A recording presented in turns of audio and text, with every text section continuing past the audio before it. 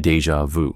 Déjà vu is one of the most eerie and fascinating psychological experiences, a sudden, overwhelming sensation that you've lived a moment before, even though you logically know it's impossible. It hits without warning, striking in the middle of an ordinary situation, a conversation, a street you've never walked, a stranger's voice. For a split second, reality feels like a glitch in your mind, as if time has folded in on itself.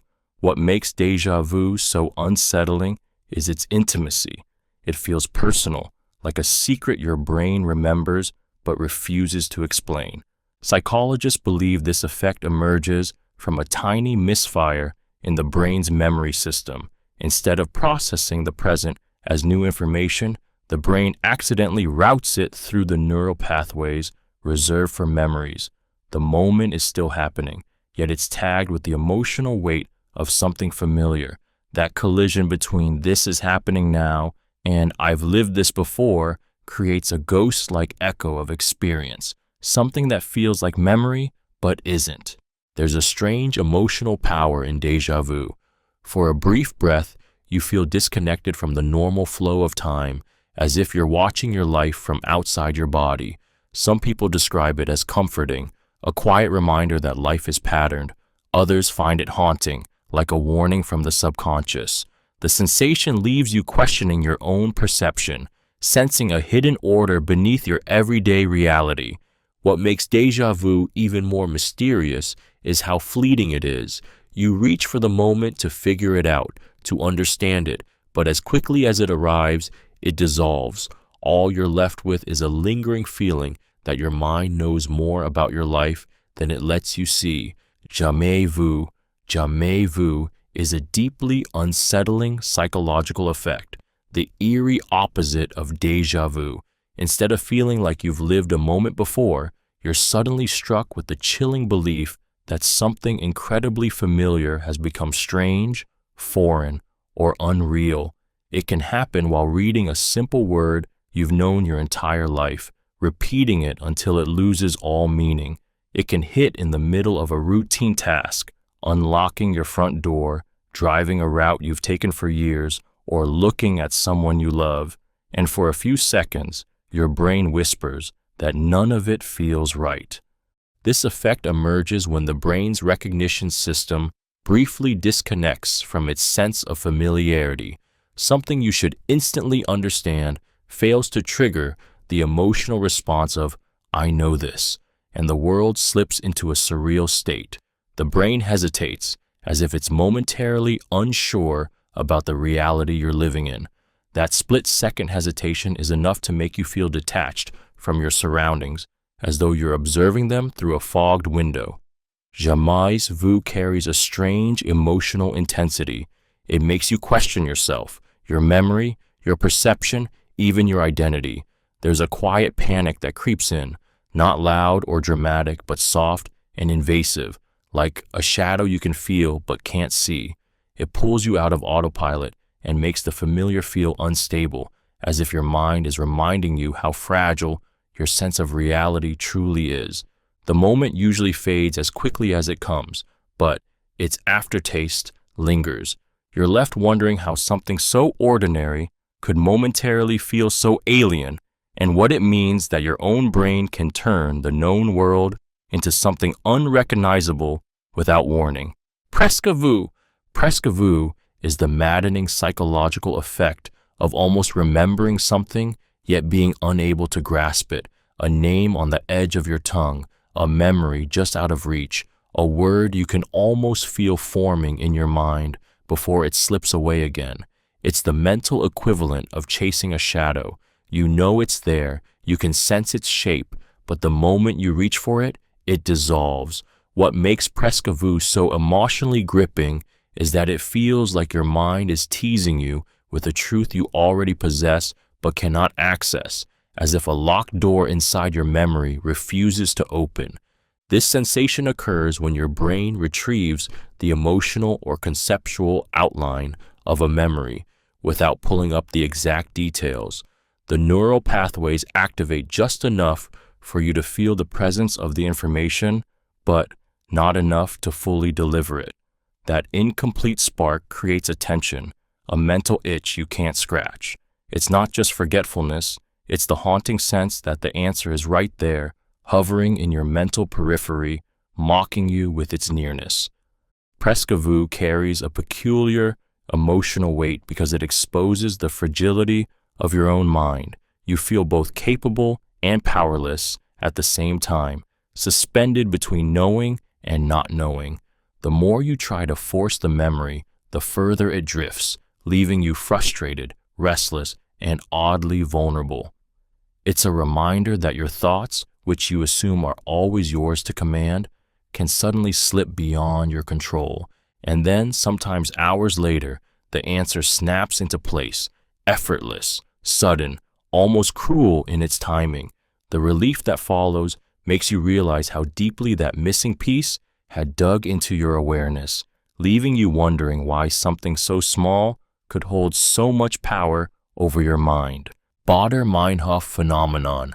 The Baader-Meinhof phenomenon is the strange psychological effect where something you've just learned about suddenly appears everywhere, as if the world quietly shifted to revolve around that single idea. You hear a new word for the first time, and the next day someone casually says it in conversation. You discover an unfamiliar song, and suddenly it's playing in a store you've never been to. The phenomenon wraps you in the eerie feeling that the universe is highlighting a message meant specifically for you, even though it's really your brain pulling the strings behind the curtain. This effect begins with a spark of recognition. When you encounter something new, your brain flags it as important. That emotional tag sharpens your awareness, making you notice it again, even though it has always been there, hiding in plain sight. The world isn't changing, your attention is, and that shift creates the illusion of sudden frequency, making the ordinary feel meaningful in a way that borders on mystical. The emotional pull of this phenomenon is powerful because it taps into your desire for patterns, significance, and connection. Humans are wired to find meaning, even where none exists. When a concept repeatedly reappears, it feels personal, almost faded, as if your life is nudging you towards something you're supposed to understand. This can be thrilling, unsettling, or strangely comforting, depending on what you're noticing. What makes the Baader-Meinhof phenomenon so gripping is the sense that your reality is responding to you. It blurs the line between coincidence and intention, reminding you how easily perception can twist into narrative. You begin to wonder how many other things you've overlooked for years, waiting for the moment your attention finally catches up and reveals a world that feels newly awake. Mandela Effect. The Mandela Effect is the haunting psychological phenomenon where large groups of people misremember the same event, detail, or moment in history so vividly that they would swear on their own memory that it truly happened. It's the unsettling feeling that your mind is showing you a version of reality that never existed. You remember a movie line perfectly, only to learn it was never spoken. You recall a logo, a childhood book, a global event with absolute certainty, yet the world insists your memory is wrong. That clash between what you believe and what is real creates a ripple of doubt that shakes your trust in your own mind. This effect often begins with a single misplaced detail, something small enough to slip through the cracks of memory, but significant enough to feel unforgettable. The brain fills in missing pieces with what seems logical or familiar, stitching together a narrative that feels real. Memory isn't a recording, it's a reconstruction, and when many people reconstruct the same false detail, a collective illusion is born. The Mandela Effect exposes the terrifying truth that memory can feel accurate even when it's completely fabricated. Emotionally, it can be jarring. You feel betrayed by your own mind, as though your past has been tampered with.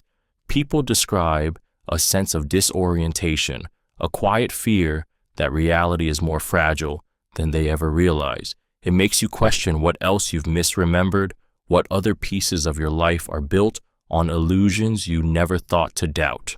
The Mandela Effect lingers, because it forces you to confront how easily truth can bend, not by manipulation from the outside world, but by the unconscious workings of your own memory, leaving you suspended between what you thought you knew and what was never real at all. Reverse Mandela Effect. The reverse Mandela Effect is a haunting psychological twist in which you suddenly realize that something you believed to be true for years was never true at all, unlike the classic Mandela Effect, where large groups share the same false memory. The reverse version happens privately, inside your own mind. It's the quiet shock of discovering that your memory has betrayed you, a scene in a movie you swear existed but doesn't, a childhood detail you've repeated all your life that turns out to be wrong, a familiar object you remember differently even though reality refuses to match your recollection.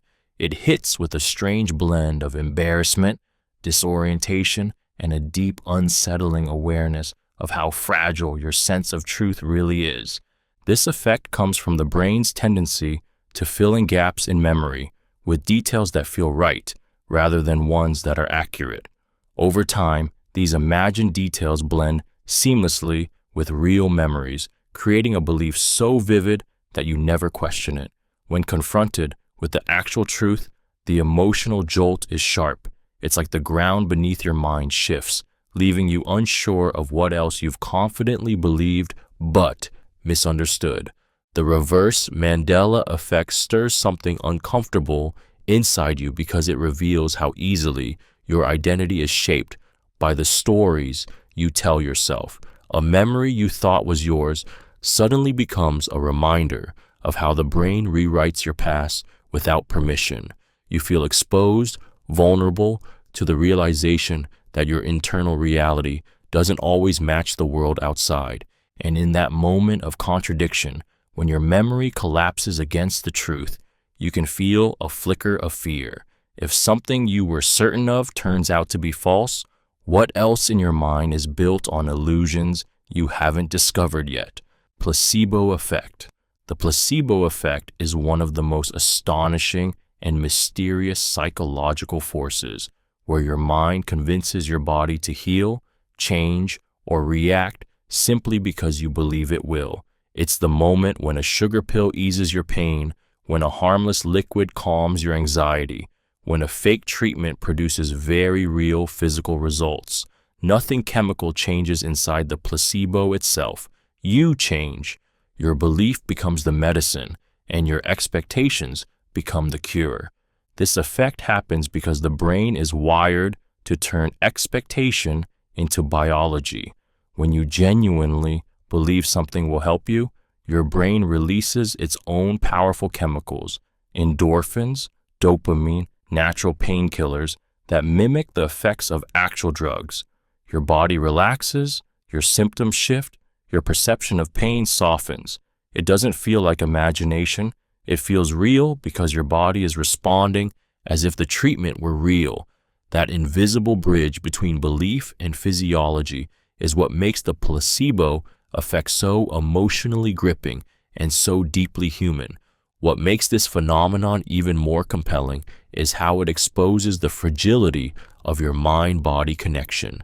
A doctor's confidence, the sound of medical equipment, even the color of a pill can influence how strongly your brain responds. Your body listens to your beliefs more closely than you realize, and when your beliefs shift, your body follows, often without question.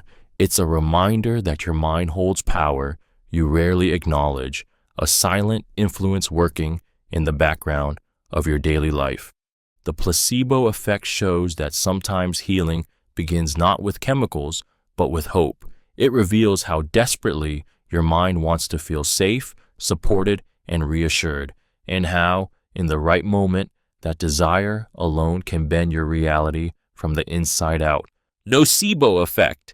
The nocebo effect is one of the most haunting psychological forces, an experience where fear, expectation, or belief alone can make you feel worse, even when nothing harmful is actually happening.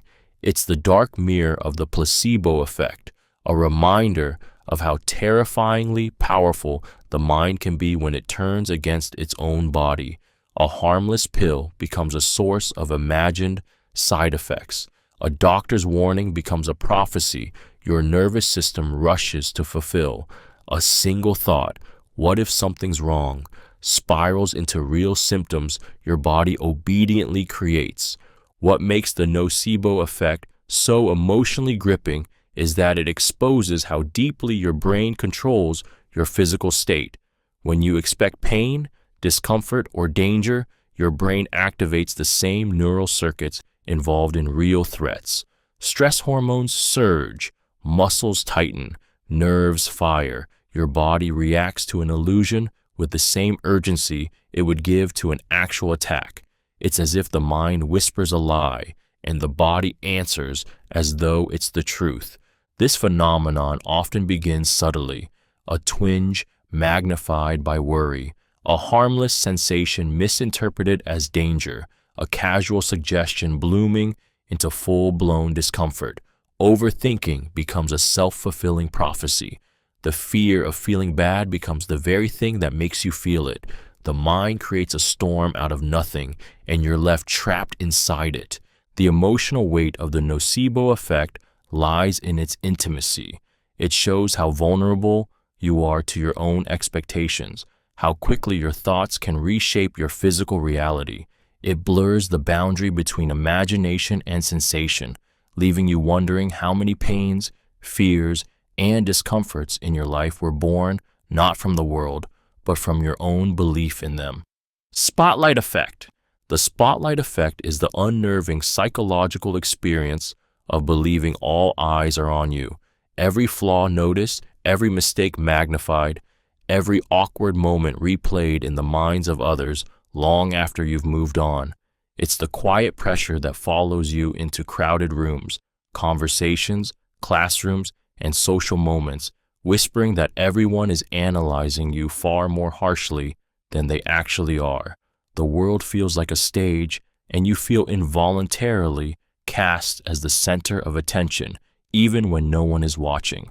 This effect happens because your own awareness of yourself is so strong that your brain assumes others see you with the same intensity. You know your insecurities intimately, so it becomes easy to believe everyone else can see them too. A stumble in your words feels catastrophic. A small mistake feels unforgettable. A bad hair day feels like a public embarrassment. Yet the truth is that most people are far too wrapped up in their own worries and insecurities to notice yours. Emotionally, the spotlight effect can be suffocating. It makes your chest tighten in social situations, your thoughts race with imagined judgments, and your confidence shrink under the weight of scrutiny that isn't actually there. You feel exposed, vulnerable, as if the world is silently evaluating you, waiting for you to slip. That fear can make even simple interactions feel overwhelming. What makes this phenomenon so gripping is how convincingly your brain sells the illusion. You feel watched even when you're not, judged even when no one cares, remembered for things people forgot the moment they happened. The spotlight effect shows how easily your mind can trap you inside a world where you are the center of everyone's attention, when in reality, you are only the center of your own. Illusion of transparency. The illusion of transparency is the deeply human belief that other people can see right through you, that your emotions, fears, and insecurities are far more visible than they actually are. It's that sinking moment when your voice shakes during a presentation and you're convinced everyone heard it. It's the fear that your anxiety, embarrassment, or uncertainty is written all over your face, when in reality, most people see nothing unusual at all. This psychological effect traps you in the haunting idea that your inner world is exposed, leaving you feeling vulnerable even when you appear perfectly composed on the outside. This happens because your emotions are so loud inside your mind that it's impossible to imagine others not hearing them too. Your brain magnifies your internal state, making any slip, tremor, or mistake feel enormous. But other people don't have access to that internal noise. They only see fragments, filtered through their own distractions and assumptions. The gap between what you feel and what others notice is far wider than you realize, yet your mind convinces you it doesn't exist. The emotional power of the illusion of transparency lies in how it intensifies fear. You overestimate how obvious your nervousness is, which makes you even more nervous. You think your guilt, sadness, or frustration is visible, and that belief alone amplifies those emotions until they feel unbearable. It becomes a self-perpetuating loop where the sensation of being seen makes you feel exposed even when no one is looking closely. What makes this effect so gripping is the quiet loneliness it creates. You feel as though your emotions are betraying you, leaking out for the world to judge. Yet the truth is far more comforting. Most of your deepest feelings remain hidden, known only to you, no matter how loudly they thunder inside your chest. Pratfall Effect. The Pratfall Effect is the surprising psychological phenomenon where a small, harmless mistake can make someone appear more likable, more real, and even more attractive. It's the moment when a confident speaker drops their pen, when a skilled performer misses a note, when someone brilliant spills their coffee, and instead of losing respect, people warm to them. That tiny crack in perfection creates an emotional opening, turning someone from intimidating into human, from distant into relatable. This effect occurs because perfection, while impressive, creates a quiet emotional distance. People admire the flawless, but they don't always connect with them. A mistake changes that instantly. When someone competent slips up, the brain rewrites its judgment. This person isn't just skilled, they're human, approachable, someone you can understand. That single imperfect moment softens the edges of their image, making them feel closer and more authentic. The emotional pull of the Pratfall Effect is powerful because it blends vulnerability with strength. You see someone who seems put together, who appears unreachable in their confidence, suddenly expose a tiny piece of their fragility. It feels honest. It feels real. It makes you exhale and think, they're just like me. And that moment of recognition can forge a deeper bond than a dozen flawless performances ever could. What makes this effect so striking is how instinctively we respond to it. A stumble, a blunder, a brief loss of composure. These moments reveal truths about a person you can't see in their polished surface. They show humility, authenticity, and emotion. They remind you that behind every impressive exterior is someone capable of tripping over their own words or fumbling their keys. And in that fleeting imperfection, people don't fall out of admiration. They fall into connection. IKEA Effect. The IKEA Effect is a surprisingly emotional psychological phenomenon where you place a higher value on something simply because you built it. It doesn't matter if the outcome is imperfect, uneven, or far from what a professional could create. Your effort attaches meaning, turning an ordinary object into something quietly precious. You're not just looking at what you made, you're looking at the hours, the frustration, the tiny victories embedded inside it. The object becomes a reflection of you, and that makes it feel worth more than it truly is. At its core, the IKEA effect reveals how deeply humans crave ownership through creation. When you invest effort, your brain forges an emotional bond with the result. It whispers, "This matters because you made it matter." Effort turns into pride, and pride turns into value. Even mistakes, crooked edges, uneven screws, misaligned parts become signatures rather than flaws. They remind you of the struggle you overcame, and struggle makes things feel earned. This phenomenon extends far beyond furniture assembly. A recipe tastes better when you cook it yourself. A project feels more meaningful when you've poured your energy into it. Even relationships can trigger the IKEA effect. People value others more when they feel they've contributed to their growth. The act of investing yourself becomes a quiet tether, making you cling tighter, believe deeper, and care more intensely. The emotional grip of the IKEA effect comes from how it intertwines identity with creation.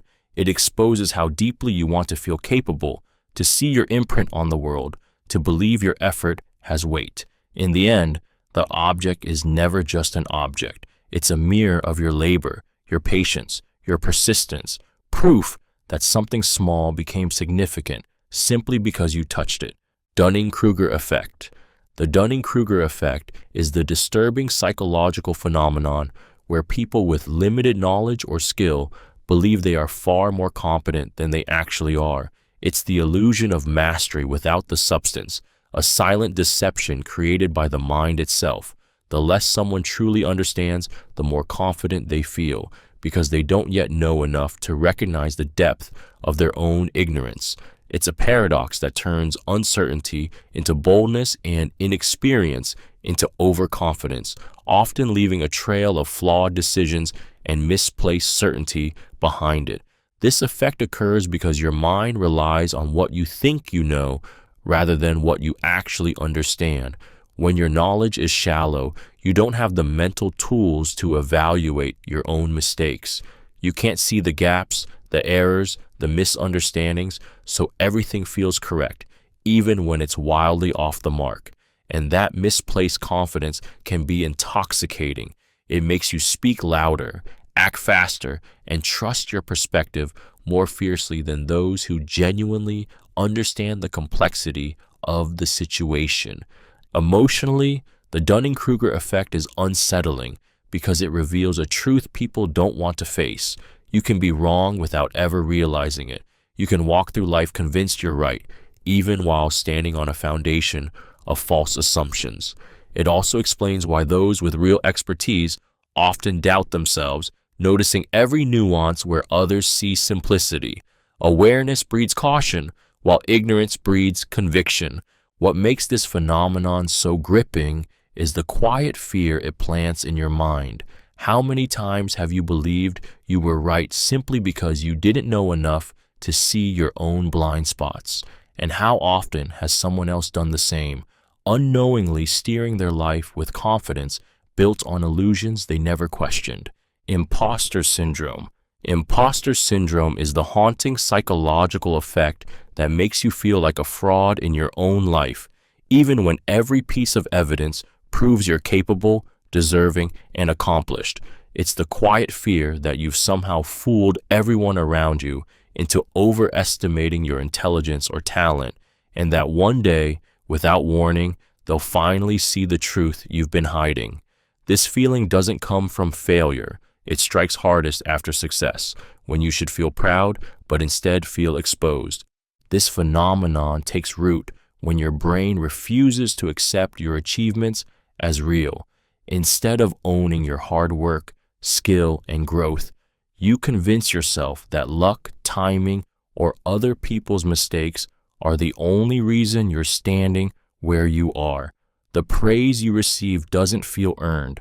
It feels like a spotlight you don't want, illuminating a version of you that you secretly believe is too small to deserve it. Emotionally, imposter syndrome is exhausting. Every step forward feels like walking a tightrope, terrified that one misstep will make your entire identity collapse. You replay every compliment, every success, every opportunity, waiting for the flaw that will expose you.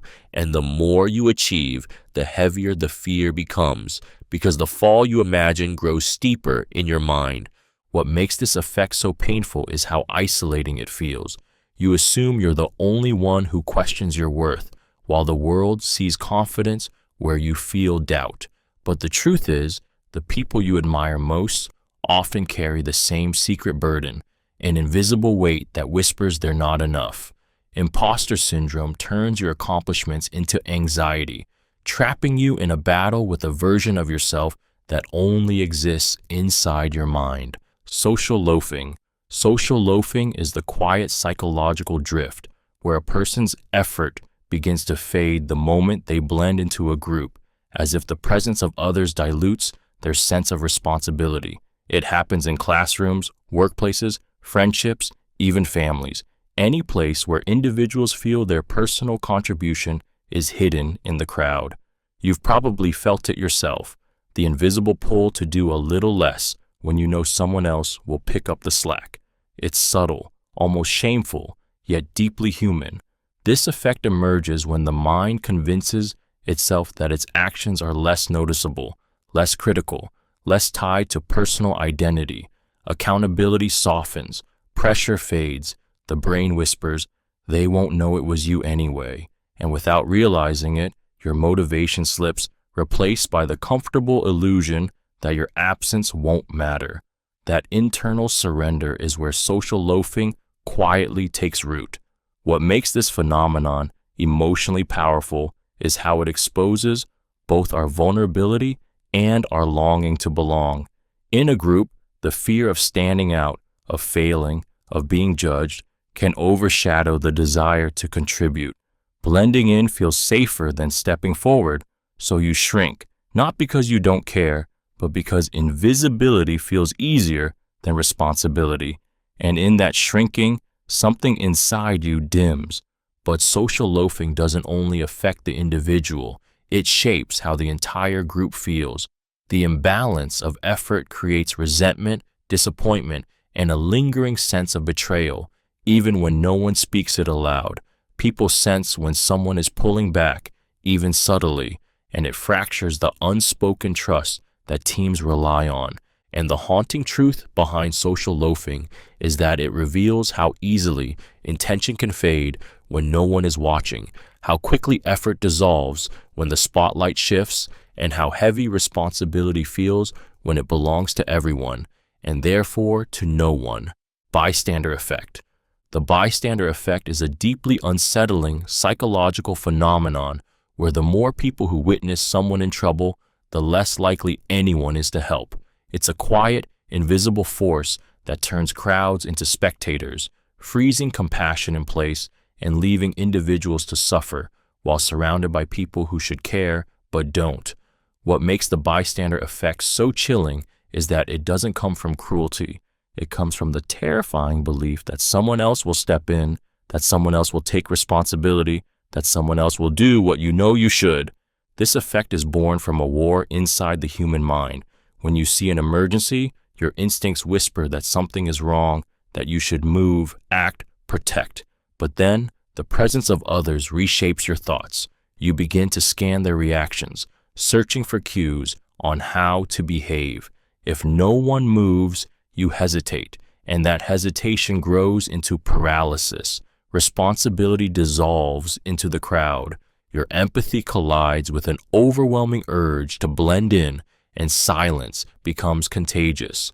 Emotionally, the bystander effect exposes a fragile truth about humanity, that our morality is far more influenced by social pressure than we want to admit. Even good people can become passive observers when fear, uncertainty, or embarrassment overtakes instinct. You watch, heart pounding, feeling the weight of your own inaction, knowing on some level that doing nothing is a choice, yet still unable to break the spell. What lingers after witnessing such a moment is guilt, the heavy kind that settles deep. It forces you to confront the uncomfortable reality that courage is rare and that sometimes the hardest battle isn't against danger, but against the invisible force inside you, urging you to stay still. False consensus effect. The false consensus effect is the quietly deceptive psychological phenomenon where you assume far more people share your beliefs, preferences, and behaviors than they actually do. It's the comforting illusion that your thoughts are the norm, your opinions are common sense, and your way of seeing the world is shared by most people around you. It feels safe, reassuring, and familiar until reality shatters it. This effect makes you believe your perspective is not just right, but widely accepted, even when it's far from the truth. This happens because your mind naturally gravitates toward people who think and act like you. You surround yourself with familiar voices, similar values, and predictable viewpoints, creating a psychological echo chamber that convinces you your reality is universal. When you look outward, you expect the world to reflect your inner landscape. When it doesn't, you feel shocked, confused, even betrayed.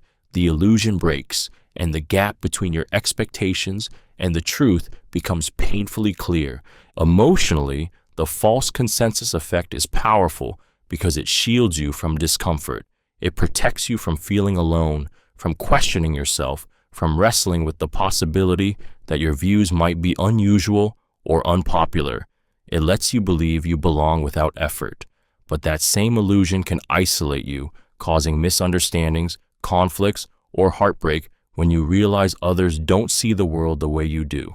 You begin to wonder how many conversations went wrong because you assumed agreement where there was none, or how many relationships strained under the weight of unspoken expectations. What makes this phenomenon so gripping is how quietly it shapes your life. You move through the world believing you understand people, only to realize you were seeing reflections of yourself in places they never existed, mistaking the familiar comfort of your own mind for the truth about everyone else. False uniqueness effect. The false uniqueness effect is the quietly flattering yet deeply deceptive psychological tendency to believe that your strengths, qualities, and positive behaviors are far more rare and exceptional than they truly are. It's the warm, private conviction that the way you think, care, create, or overcome is something only a handful of people could ever understand. This belief feels comforting because it gives your identity a special glow, a sense of being different in a way that sets you apart from the rest of the world, even when the truth is that many others share the same abilities and values you cherish. This effect begins when your mind exaggerates the individuality of your positive traits. When you do something kind, you assume most people wouldn't. When you solve something creatively, you believe few could think that way. Your brain protects your ego by inflating the rarity of your strengths, turning ordinary qualities into personal masterpieces. But beneath that confidence lies a quiet fear.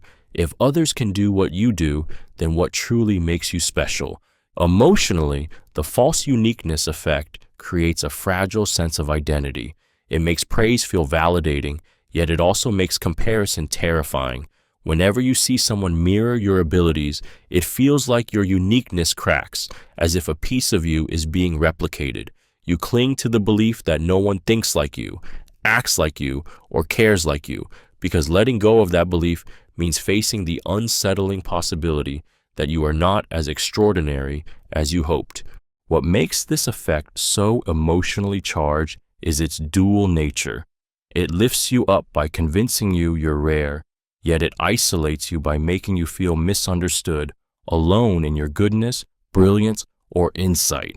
It traps you in the delicate tension between wanting to stand out and fearing what happens when you realize others shine in the same ways you do. Curse of knowledge. The curse of knowledge is the psychological trap that forms the moment you understand something so well that you can no longer imagine what it feels like not to know it. It slips into your mind quietly, reshaping your perspective without your permission, making it almost impossible to reconnect with the confusion, uncertainty, or curiosity you once had. You forget the struggle. You forget the questions. You forget the long, messy path you walked to get where you are.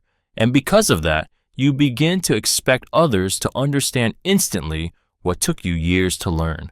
This effect creates an invisible wall between you and the people you're trying to teach, help, or communicate with. You explain something clearly in your own mind, but the moment they look back with confusion, a strange frustration rises inside you. You feel misunderstood, even though it's you who has forgotten what that first step in their shoes actually feels like. The gap isn't about intelligence, it's about empathy being clouded by experience. Emotionally, the curse of knowledge can be isolating. It makes you feel distant from others, as if your understanding has pushed you too far ahead to connect. You want to help, but your explanations fall short, and the disconnect leaves you feeling unheard, unappreciated, or even invisible. And on the other side, the person listening feels overwhelmed or inadequate, silently wondering why something that seems so simple to you feels impossibly complicated to them. The haunting part of this effect is how effortless it is to fall into without realizing. Once knowledge becomes familiar, it stops feeling precious and turns into a lens that distorts how you see others. You forget how hard you work to understand, and in that forgetting, you unintentionally make others feel small in the shadow of what you now take for granted. Anchoring bias. Anchoring bias is the powerful psychological effect where the first piece of information you encounter becomes a mental anchor, shaping your thoughts, decisions, and judgments far more than you realize. It's the invisible hand guiding your choices, the quiet whisper influencing what you believe something is worth, what you expect from others, even how you perceive yourself. Once a number, idea, or impression plants itself in your mind, it clings like gravity, pulling every future thought toward it, whether it deserves that influence or not. This bias works because the brain craves certainty. The first detail you encounter feels like solid ground in a world full of unknowns. Even if that detail is random, inaccurate, or deliberately planted, your mind latches onto it, using it as the starting point for every thought that follows. Negotiations, first impressions, prices, expectations, anchoring slips into all of them, quietly bending your perception until you believe your conclusions are logical when they're actually built on the weight of that initial anchor. Emotionally, anchoring bias is unsettling because it reveals how easily your sense of reality can be manipulated. A high price makes a discount feel irresistible, even if the discount is still overpriced. A first impression colors everything that comes after, turning flaws into red flags or excuses depending on which way the anchor leaned. You think you're evaluating the world with clarity, but you're often just orbiting the first idea that landed in your mind. What makes anchoring haunting is how subtle it is. You rarely notice it happening. You don't feel the anchor drop, but you feel its pull, shaping your confidence, your doubts, your choices, leaving you to wonder how many decisions you made freely and how many were never truly yours from the start. Framing effect. The framing effect is the powerful psychological phenomenon where the way information is presented shapes your decisions far more than the information itself. A choice doesn't change, yet your reaction to it can shift dramatically depending on how it's framed. Say a medical treatment has a 90% survival rate. You feel reassured, but if someone tells you it has a 10% chance of death, you tense with fear, even though both statements describe the same outcome. Your emotions, not your logic, take control, quietly pulling you toward a decision that feels right instead of one that is right. This happens because your mind craves simplicity and emotional clarity.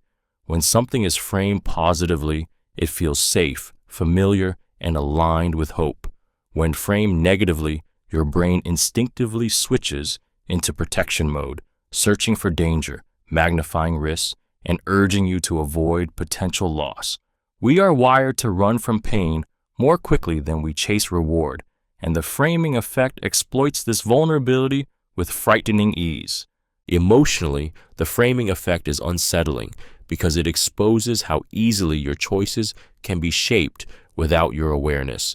You like to believe you're logical, rational, immune to manipulation, yet a single shift in wording can change what you buy, who you trust, and what you believe. It reveals how fragile your sense of control truly is. How many decisions have you made not because they were right, but because they felt right based on how they were packaged? The framing effect lingers in your mind because it forces you to confront an uncomfortable truth. Your thoughts are not as independent as you think. Your choices are vulnerable to subtle nudges, tiny intentional shifts in presentation that quietly steer your life in directions you never realized you were being guided toward. Confirmation bias. Confirmation bias is the powerful psychological pull that makes you cling to information that supports what you already believe while quietly ignoring, dismissing, or distorting anything that challenges it. It feels natural, even comforting, like your mind is choosing the version of reality that protects you from uncertainty. But beneath that comfort lies a subtle distortion that shapes your decisions, relationships, and worldview without you ever noticing. Confirmation bias doesn't just filter what you see, it filters who you become. This effect begins the moment your brain encounters new information. Instead of evaluating it neutrally, the mind instantly searches for pieces that match your existing beliefs, fears, and expectations. Anything that aligns feels true, obvious, even undeniable. Anything that contradicts feels suspicious, wrong, or threatening. It's not logic at work, it's your desire to feel safe within the world you've already constructed. Emotionally, confirmation bias is intoxicating. It gives you the thrill of certainty, the reassuring sense that you're right and the world makes sense, but it also traps you. It keeps you locked inside your own perspective, making you blind to possibilities that could help you grow. When you desperately want something to be true, your mind begins collecting evidence, like armor, shielding you from anything that might shatter your belief. And when you fear something, you start seeing proof of that fear everywhere, even where none exists. What makes confirmation bias so haunting is how invisible it feels. You think you're being objective, you think you're seeing the world clearly, but in reality, your perception is bending around your beliefs, pulling you deeper into a narrative you didn't consciously choose. It leaves you wondering how much of your truth is real and how much is simply the story your mind refuses to let go of. Negativity bias. Negativity bias is the psychological pull that makes the painful, frightening, or disappointing moments in life feel heavier and louder than the good ones. It's why a single insult can overshadow a dozen compliments, why one mistake can linger in your mind long after your successes fade, why a moment of embarrassment can replay itself endlessly while moments of joy slip away like they never belonged to you. This effect isn't weakness. It's the brain's ancient survival system gripping you tightly, always searching for threats even when none exist. Your mind was built to notice danger first. For early humans, ignoring a rustle in the bushes could mean death, while ignoring a pretty sunset meant nothing at all. That instinctive vigilance still lives inside you, causing your brain to prioritize negative experiences, store them more deeply, and replay them with more emotional intensity. You don't choose to focus on the worst, it chooses you. Emotionally, negativity bias feels like a weight pressing against your chest. You try to move forward, but your mind keeps tugging you back toward the moments that hurt, as if it's trying to protect you by scaring you. A single failure becomes a warning. A minor criticism becomes a verdict. A fleeting moment of fear becomes a prophecy. You start to believe the negative things more readily because they feel more real, more urgent, more defining. And the haunting part is how silently it shapes your reality. You judge yourself harsher than anyone else would. You remember the pain more vividly than the joy. You expect disappointment even when hope is within reach. Negativity bias convinces you that the dark moments matter more, leaving you to carry the shadows long after the light has passed. Positivity effect. The positivity effect is a quiet yet powerful psychological shift where the mind becomes more drawn to positive memories, emotions, and interpretations, especially as people grow older. It's not forced optimism or denial. It's an unconscious redirection of attention toward what feels meaningful, warm, and reassuring. The world doesn't necessarily become kinder, but your perception of it softens, as if your mind is gently choosing to protect you from the weight of life's harsher edges. This effect rises from a deep internal recalibration. With time, the brain becomes less reactive to negativity and more hungry for emotional balance. You start noticing small joys more vividly. The warmth of sunlight on your skin, a quiet moment with someone you love, the softness in a stranger's smile. The painful memories don't disappear, but they lose their sharp edges, fading into the background while the sweeter ones take center stage. Your mind, often without your awareness, chooses comfort over chaos. Emotionally, the positivity effect carries a bittersweet undertone. It's comforting to realize that your brain wants to heal you, to guard your peace, to help you focus on what truly matters. But it also forces you to confront how much time has passed, how many hardships shaped you, how many wounds your mind had to learn to filter out. It's a sign of resilience, but also of fragility, a reminder that the years carve both strength and tenderness into your perspective. The most haunting part of the positivity effect is how it changes the meaning of your memories. What once hurt begins to feel distant, and what once felt small becomes precious. Your mind sifts through your life not with cold accuracy, but with emotional intention, choosing to hold on to the moments that make you feel alive rather than the ones that made you break. Status quo bias. Status quo bias is the quiet psychological force that keeps you clinging to what feels familiar, even when change could lead to something better. It's the invisible pull that convinces you to stay where you are, stick with what you know, and avoid shaking up the delicate balance of your life. You tell yourself the current situation is fine, even when a part of you aches for something different.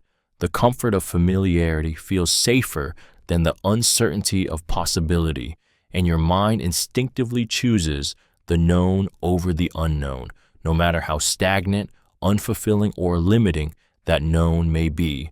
This effect happens because your brain is wired to minimize risk. Change requires effort, attention, and vulnerability. It threatens your sense of stability, and even the smallest shift can trigger a quiet fear that you might lose control. So your mind wraps the present in a warm illusion of security, telling you that staying put is the reasonable, responsible choice. The unfamiliar becomes exaggerated danger, while the familiar becomes exaggerated safety. Even when logic says change is necessary, emotion whispers that it's too risky to let go. Emotionally, status quo bias is heavy. It traps you in routines that no longer serve you, relationships that drain you, habits that hold you back. You feel the tension between who you are and who you could be, yet something inside resists the leap. You hesitate, stall, rationalize, convincing yourself that now isn't the right time, that maybe later will feel easier, but later never comes. What makes this phenomenon so gripping is how silently it shapes your life. You don't notice how much you've settled until you look back and realize how many chances you never took simply because staying the same felt safer than stepping into the unknown. Endowment Effect. The endowment effect is the powerful psychological tendency to place a higher value on something simply because it belongs to you. It doesn't matter whether it's a worn-out jacket, an old book, or an idea you've carried for years. Once it becomes yours, it feels different, heavier, almost sacred. This effect creates an emotional attachment so strong that even the thought of letting go feels like a loss far greater than the object's actual worth. What makes it so compelling is that ownership doesn't just change what you have, it changes how you see it. This phenomenon begins the moment your mind labels something as mine. That simple shift transforms the object into a reflection of your identity, a tiny extension of your story. Selling it suddenly feels unfair, giving it away feels wrong, and when someone criticizes it or undervalues it, the sting goes deeper than logic can explain. You're not just defending an object, you're defending a part of yourself. The endowment effect turns the ordinary into the emotionally irreplaceable. Emotionally, this effect exposes a vulnerable truth. Humans fear loss more than they desire gain. Losing something you own feels like a piece of your world being taken from you, even when it's objectively insignificant. That fear makes you cling to things, objects, habits, beliefs, not because they are valuable, but because the act of releasing them feels like letting go of comfort, familiarity, or control. The endowment effect keeps you holding on long after reason tells you to release, making even small decisions heavy with emotional weight. What makes this effect so quietly haunting is how subtly it shapes your life. It influences what you keep, what you fight for, what you refuse to change, and it reveals how easily your mind turns possession into attachment, binding you to things that may no longer serve you simply because they feel like part of who you are. Sunk cost fallacy. The sunk cost fallacy is the psychological trap that keeps you tied to something long after it has stopped serving you, because you've already invested too much to walk away. It's the relationship you stay in even when you're breaking inside, the job you cling to despite the misery, the project you refuse to abandon because your time, money, or heart is already buried in it. This effect whispers that quitting means losing everything you've poured in, even though staying costs you even more. Your brain clings to your past investment like a lifeline. It tells you that enduring a little longer will make your sacrifice worth it, that giving up now would turn all your effort into waste. But the truth is devastating. The moment you let your past dictate your future, you stop choosing what's right for you and start choosing what hurts less to admit. The fallacy traps you in the illusion that you're being loyal or committed, when in reality you're afraid to face disappointment, afraid to start over, afraid to accept that you deserve better. The emotional pull of the sunk cost fallacy is sharp and intimate. It ties your identity to your choices, making you feel like abandoning something is the same as abandoning a part of yourself.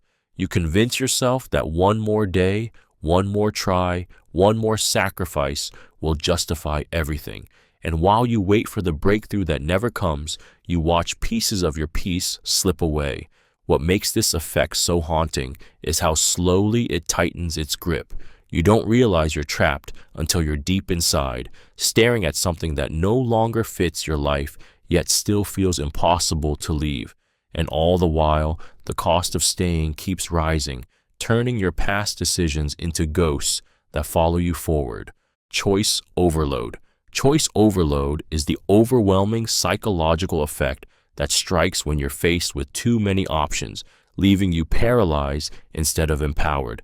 It's that suffocating moment in front of a menu, a job listing page, a streaming service, or even your own life decisions, where abundance turns into confusion and freedom begins to feel like a trap. You start out believing more choices will help you find the perfect answer, but instead you sink into doubt, anxiety, and the haunting fear of choosing wrong. This effect begins the moment your brain realizes it can't evaluate everything. Humans aren't built for endless possibilities.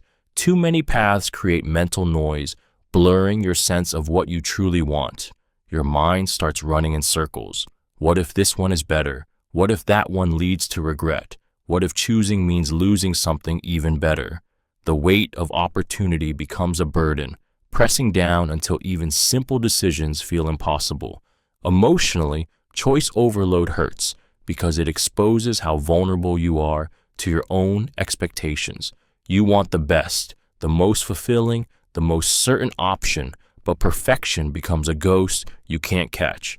Every potential decision carries the shadow of all the others you didn't choose, and your mind keeps replaying what-ifs long after the choice is made. Even when you decide, satisfaction slips away, replaced by second-guessing and the sinking sense that you might have missed out. What makes choice overload so gripping is how quietly it steals clarity. You don't notice the moment freedom becomes pressure. You only feel the exhaustion that comes after. Beneath it all lies a simple truth your mind wrestles to accept. Having everything possible in front of you doesn't make life easier. Sometimes it makes you feel more lost than ever. Cognitive dissonance. Cognitive dissonance is the deeply uncomfortable psychological tension that erupts when your actions, beliefs, or values collide with each other. It's the inner conflict you feel when you do something that doesn't align with who you believe you are. You defend someone you know is wrong. You cling to habits you promise to break. You justify decisions that betray your own standards. Inside, your mind splits in two, one part trying to hold on to the truth, the other desperately rewriting reality to protect your sense of self. This phenomenon arises because your identity craves consistency. When your behavior contradicts your beliefs, the mind doesn't sit quietly. It scrambles to ease the discomfort, bending your memories, altering your explanations, even reshaping your values to make the contradiction feel acceptable. You tell yourself a lie that feels true simply because the truth hurts too much. You create reasons, excuses, stories, anything to relieve the psychological pressure. And the frightening part is that you often don't realize you're doing it. Emotionally, cognitive dissonance feels heavy, like a knot in your mind you can't untangle.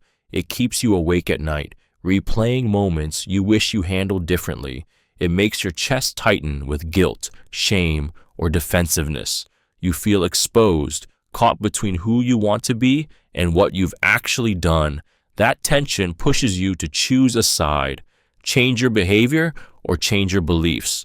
What makes cognitive dissonance so gripping is how profoundly it shapes your choices, your relationships, even your identity. It reminds you how far you'll go to protect the image you hold of yourself, how easily the mind can bend truth, and how deeply it resists admitting when it's wrong, even when the evidence is undeniable. Reactance. Reactance is the intense psychological pushback you feel the moment someone tries to limit your freedom, control your choices, or tell you what to do.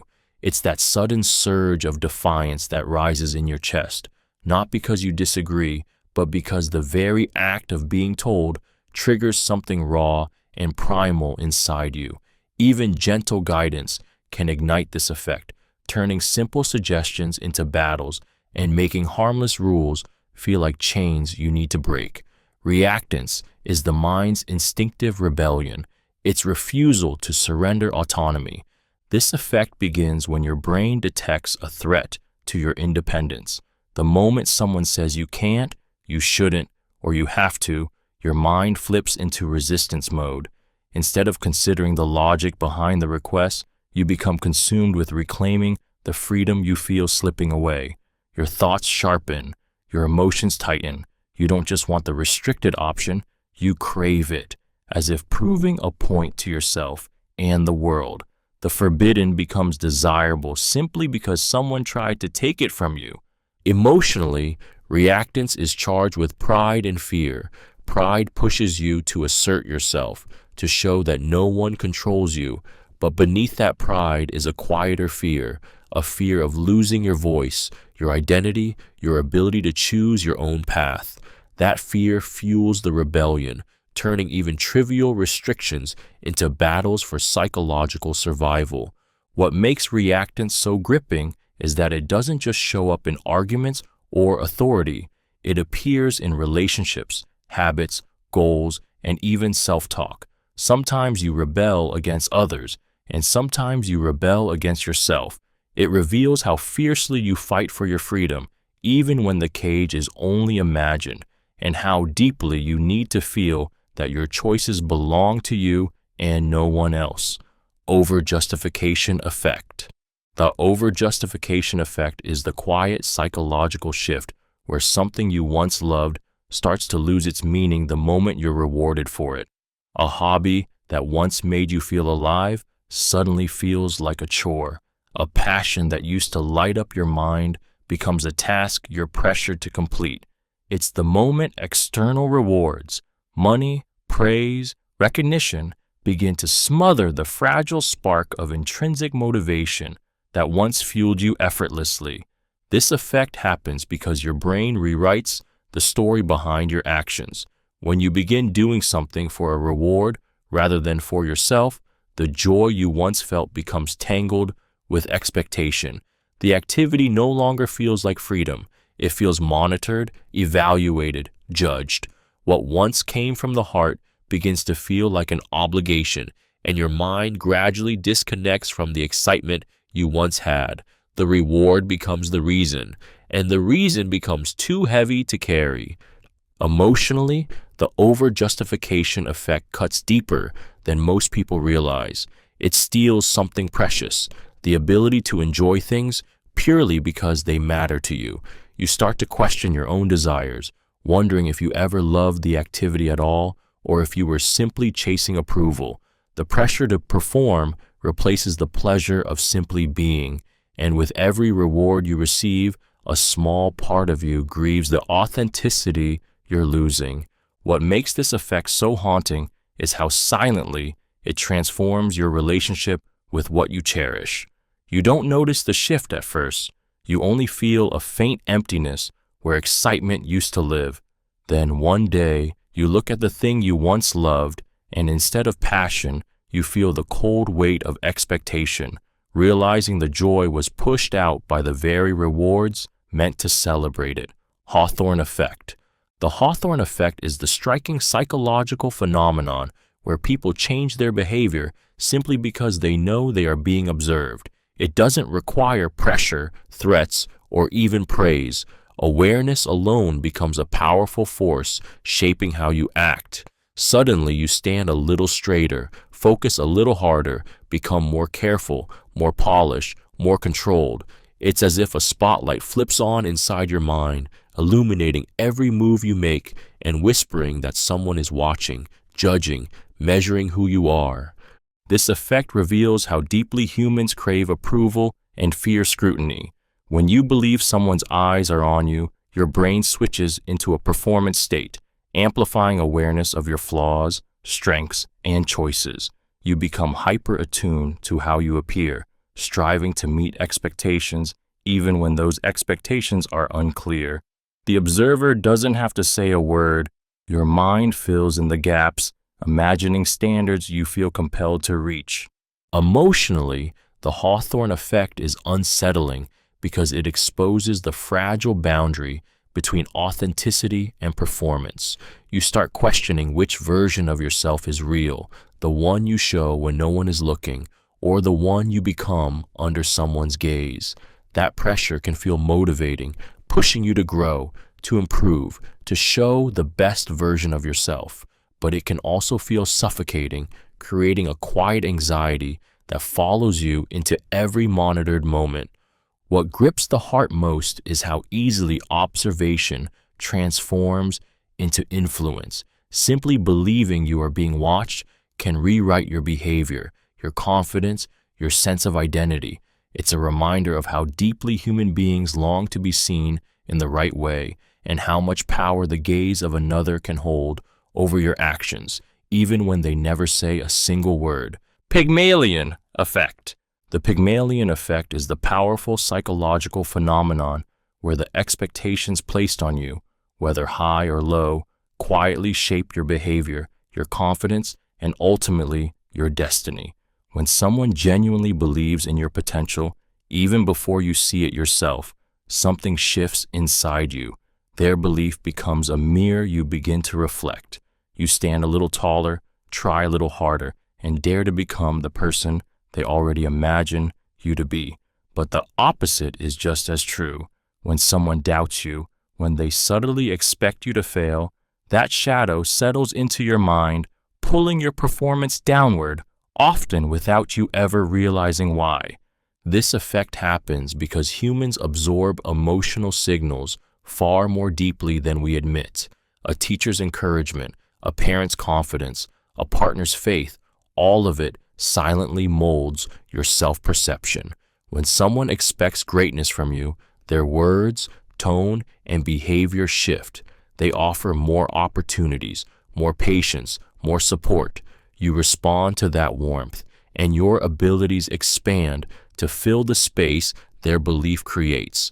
But when expectations are low, the energy changes. They correct you faster, trust you less, and overlook your strengths.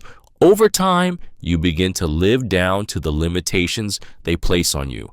Emotionally, the Pygmalion Effect is both uplifting and haunting.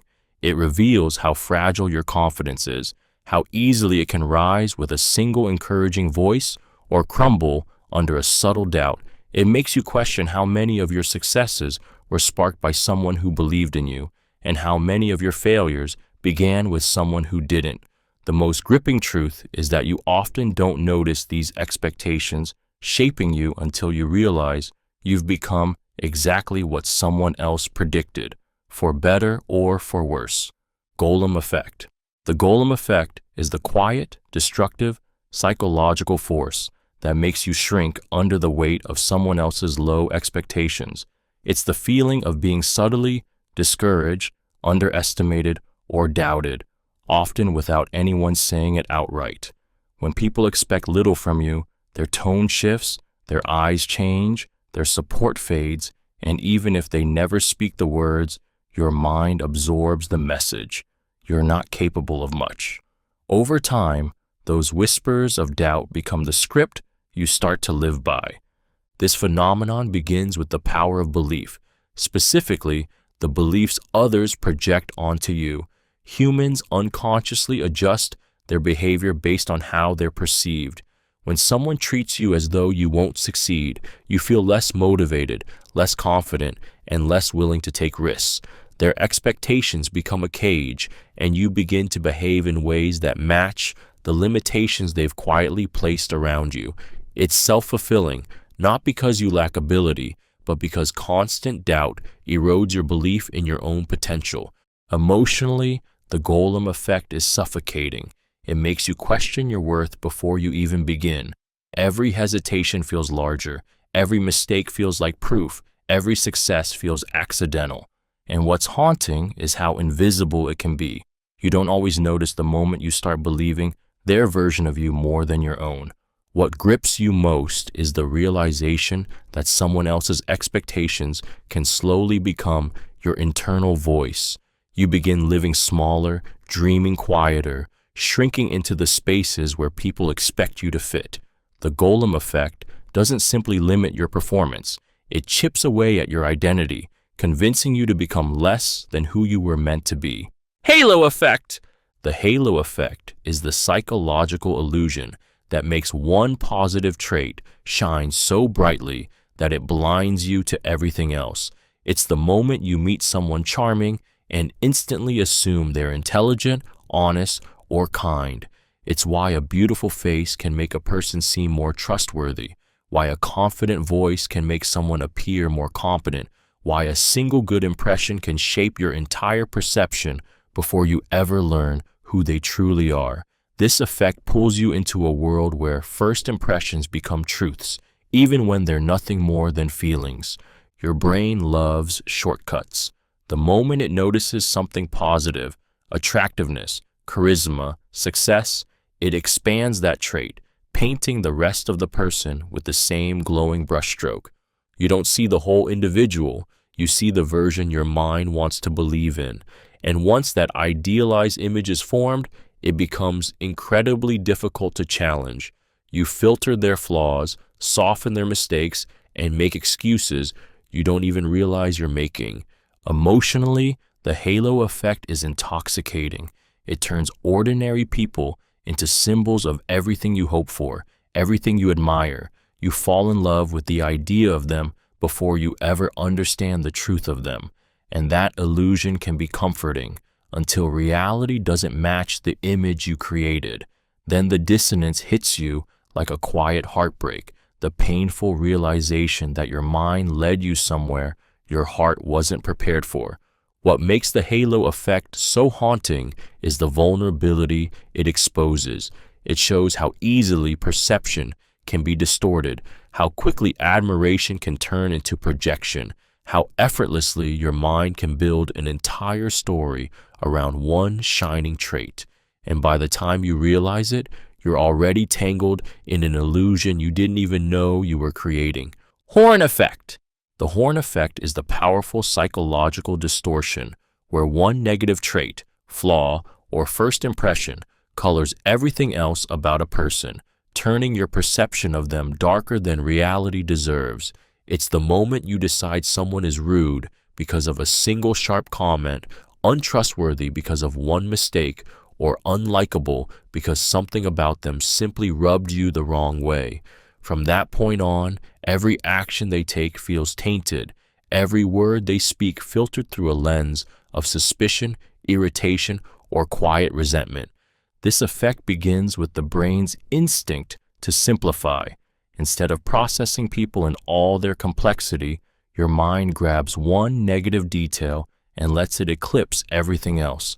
that single shadow grows, spreading until it defines the entire person in your eyes. You stop seeing the nuance of who they are and instead create a distorted version of them, one shaped by your emotions rather than their reality. It's a shortcut, a protective mechanism, yet it often becomes a trap. Emotionally, the Horn effect is dangerous because it reveals how easily judgment becomes prejudice. You feel justified in your assumptions, even when they're built on fragile evidence. One moment of irritation becomes a character flaw, one misstep becomes a pattern, and without realizing it, you begin treating the person in a way that confirms your own expectations, locking both of you into a cycle of misunderstanding. What makes the Horn effect quietly devastating is how often it goes unnoticed. You don't feel the shift. You simply wake up one day believing you have someone figured out. But beneath that certainty lies a harder truth. Sometimes the villains we see in others are reflections of our own fears, frustrations, and insecurities, magnified through a single unforgiving crack in perception: self-serving bias. Self-serving bias is the deeply human psychological tendency to take credit when things go right and shift the blame when they go wrong. It's the quiet shield your mind builds to protect your self-esteem, even when the truth is far more complicated. When you succeed, you tell yourself it's because of your talent, your effort, your intelligence. But when you fail, suddenly the world becomes the culprit. Bad luck, unfair circumstances, difficult people. It feels natural, even justified.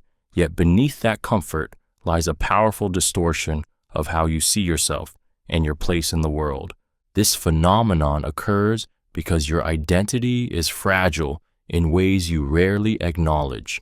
Your mind is constantly guarding you against shame, disappointment, and the bruising reality that you're not always as right, as skilled, or as in control as you want to believe. Admitting fault threatens the story you tell yourself about who you are. So your brain steps in, rewriting the narrative to keep your confidence intact. You exaggerate your role in your victories and minimize your responsibility in your failures, creating a version of reality that feels easier to live with. Emotionally, the self-serving bias is comforting and destructive at the same time. It soothes your ego, softens your mistakes, and gives you breathing room when life stings. But it also blinds you.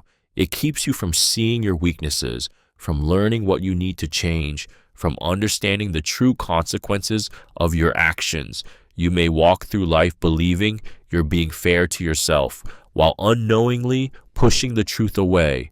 What makes this phenomenon so gripping is the quiet fear it reveals, the fear of not being enough. You bend reality to protect yourself, not out of arrogance, but out of a deep desire to believe you are worthy, capable, and in control, even when the evidence says otherwise. Actor-observer bias. Actor-observer bias is the psychological effect that makes you judge your own mistakes by your circumstances while judging other people's mistakes by their character. When you mess up, you explain it away. You were tired, stressed, overwhelmed, distracted. But when someone else does the exact same thing, your mind jumps to a harsher conclusion. They're careless, irresponsible, selfish, or just not trying hard enough. It's a subconscious split that quietly shapes the way you see yourself and the people around you, creating two different realities under the same truth. This effect begins with perspective.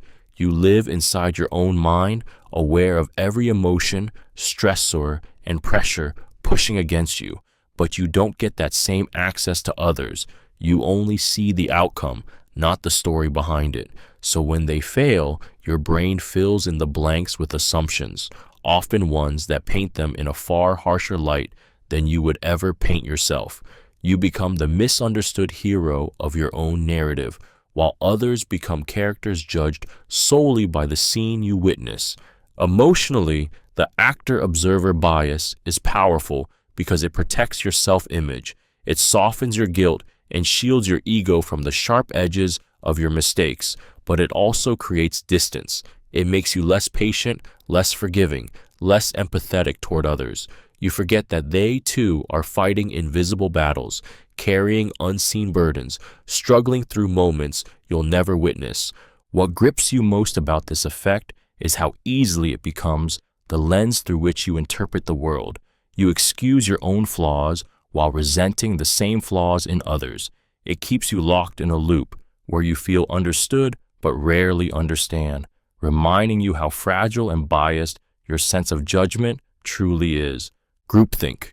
Groupthink is the psychological pressure that slowly erases your independent voice the moment you step into a group, pulling you into a silent agreement even when your instincts scream that something is wrong. It's the unsettling feeling of watching a decision unfold that you know is flawed, yet you stay quiet because everyone else seems certain. It's the fear of being the outsider, the one who disrupts the harmony, the one who risks judgment or rejection. So you suppress your doubts, trade your instincts for acceptance, and blend into a consensus that doesn't feel like your own. This effect emerges when the comfort of belonging outweighs the discomfort of speaking the truth.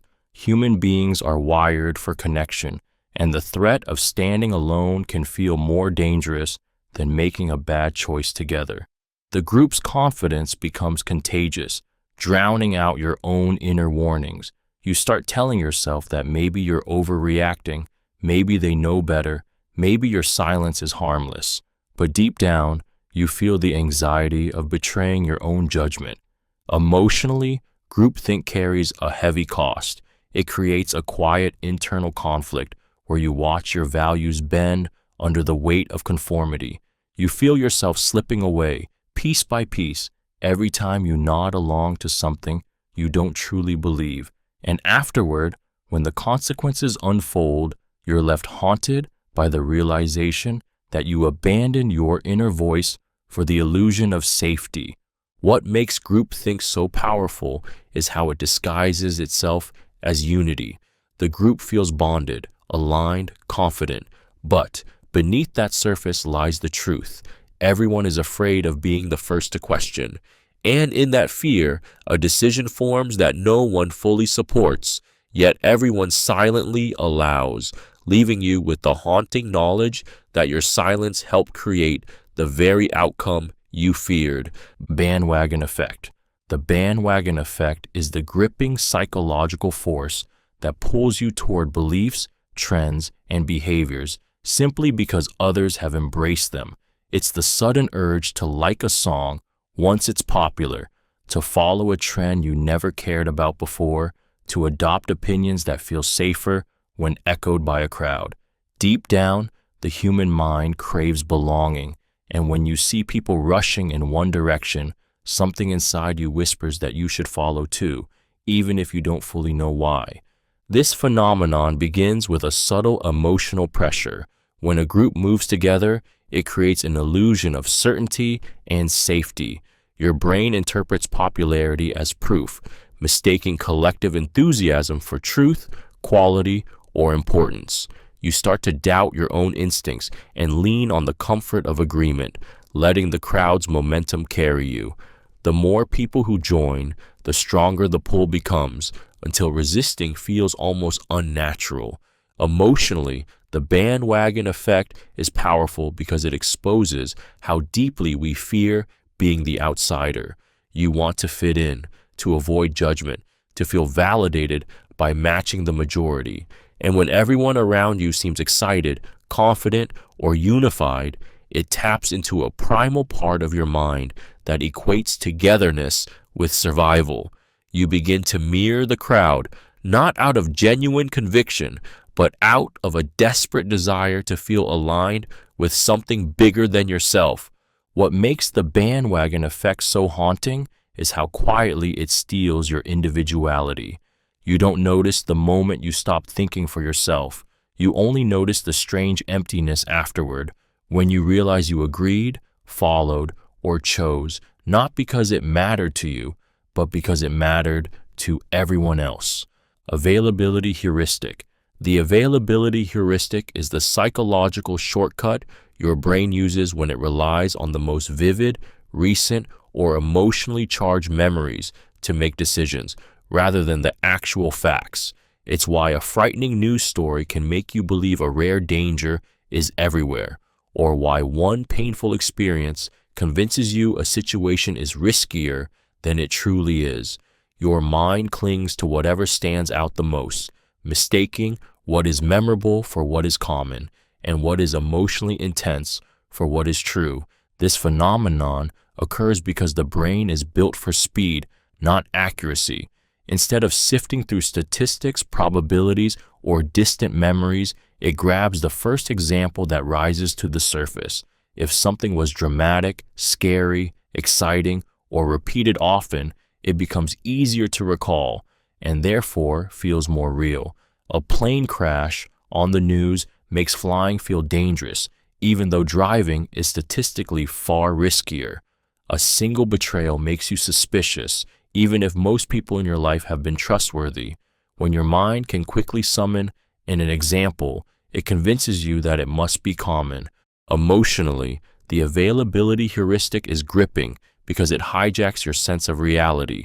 It makes you fear what you shouldn't, trust what you shouldn't, avoid what you shouldn't. It distorts your perception of danger, love, opportunity, and loss. You feel like you're making rational choices, but you're actually reacting to whatever memories glow brightest in your mind. And the most haunting part is how subtle it is. You rarely notice it influencing you, yet it quietly shapes your beliefs and decisions, leaving you to wonder how much of your life has been guided not by truth, but by the echoes of moments your mind refuses to let go. Representativeness Heuristic. The representativeness heuristic is the psychological shortcut that makes you judge people, situations, and outcomes based on how closely they match your internal stereotypes rather than on actual facts. It's the instinctive leap your mind takes when you meet someone who looks like a certain type, or when you assume a result simply because it fits the story you expect. This effect doesn't ask you to think, it asks you to react, to trust the patterns you've absorbed over your entire life, even when those patterns are misleading or dangerously incomplete. This phenomenon begins when your brain tries to make sense of the world quickly. Instead of analyzing every detail, it matches the present moment to familiar mental categories. If someone fits the image of a leader, you assume they are competent. If they fit the image of trouble, you assume they're guilty. If a situation resembles a past experience, you assume it will end the same way. It feels intuitive, natural, even efficient, but it's often built on assumptions that blur your perception of reality. Emotionally, the representativeness heuristic is gripping because it gives you the illusion of certainty. It lets you feel like you understand someone within seconds, like you can predict the future based on a single glance. That confidence is intoxicating, comforting in a world full of unpredictability. But beneath that comfort lies the unsettling truth that your mind may be deceiving you, guiding you to conclusions shaped more by bias than by truth. What makes this effect so haunting is how invisible it feels. You don't realize you're doing it. You think you're reading people accurately, seeing clearly, judging fairly, when in reality, you may be following mental shortcuts that distort your judgment. And once you recognize this, you're left wondering how many of your instincts were never instinct at all, but quiet echoes of the stories your mind learned long before you ever questioned them. Heightened time perception during boredom. Heightened time perception during boredom is the psychological effect where every second feels stretched, slow, and unbearably heavy. It's the strange sensation of being trapped inside a moment that refuses to move, as if time itself is punishing you for not being stimulated enough. Minutes feel like hours. Simple tasks feel endless. Your mind becomes painfully aware of every tick, every breath, every empty piece of space around you. And in that quiet stillness, you feel a creeping restlessness that seems to tighten around your thoughts. This happens because boredom strips your brain of engagement, the fuel it needs to stay absorbed, curious, or excited. When there isn't enough stimulation, Your internal awareness expands, magnifying every tiny detail. Your brain, desperate for something to latch onto, turns inward, and the more you notice time passing, the slower it feels. You become hyper-attuned to the clock, and the clock becomes your captor. Emotionally, this effect can be surprisingly intense. Boredom isn't simple emptiness. It's a kind of quiet mental suffocation. You feel disconnected from everything meaningful, trapped in a moment that refuses to end. Your thoughts spiral, drifting into corners you didn't choose. You may even feel guilt or anxiety, as if you're wasting something precious but can't escape the stagnation. The stillness becomes a mirror, forcing you to face the parts of yourself you avoid when life moves faster. What makes heightened time perception so unsettling is how powerless it makes you feel. You can't speed the moment up. You can only endure it. And the longer you sit in that stagnant stretch of time, the more you start to realize how fragile your sense of purpose becomes when the world stops giving your mind something to hold on to. Time compression during excitement. Time compression during excitement is a striking psychological experience where moments filled with thrill, joy, or intense anticipation seem to vanish almost instantly, as if time itself is slipping through your fingers. You enter an experience, an adventure, a celebration, a long-awaited event, and before you've even fully settled into it, it's already over. What should feel long and rich collapses into seconds, leaving you with a strange mixture of exhilaration and loss, wondering how something so meaningful passed so quickly. This effect occurs because excitement floods the brain with adrenaline and heightened arousal, sharpening your focus on the moment while simultaneously disrupting your internal sense of duration. Your mind becomes so captivated by the intensity of the experience that it stops tracking time in its normal, measured way.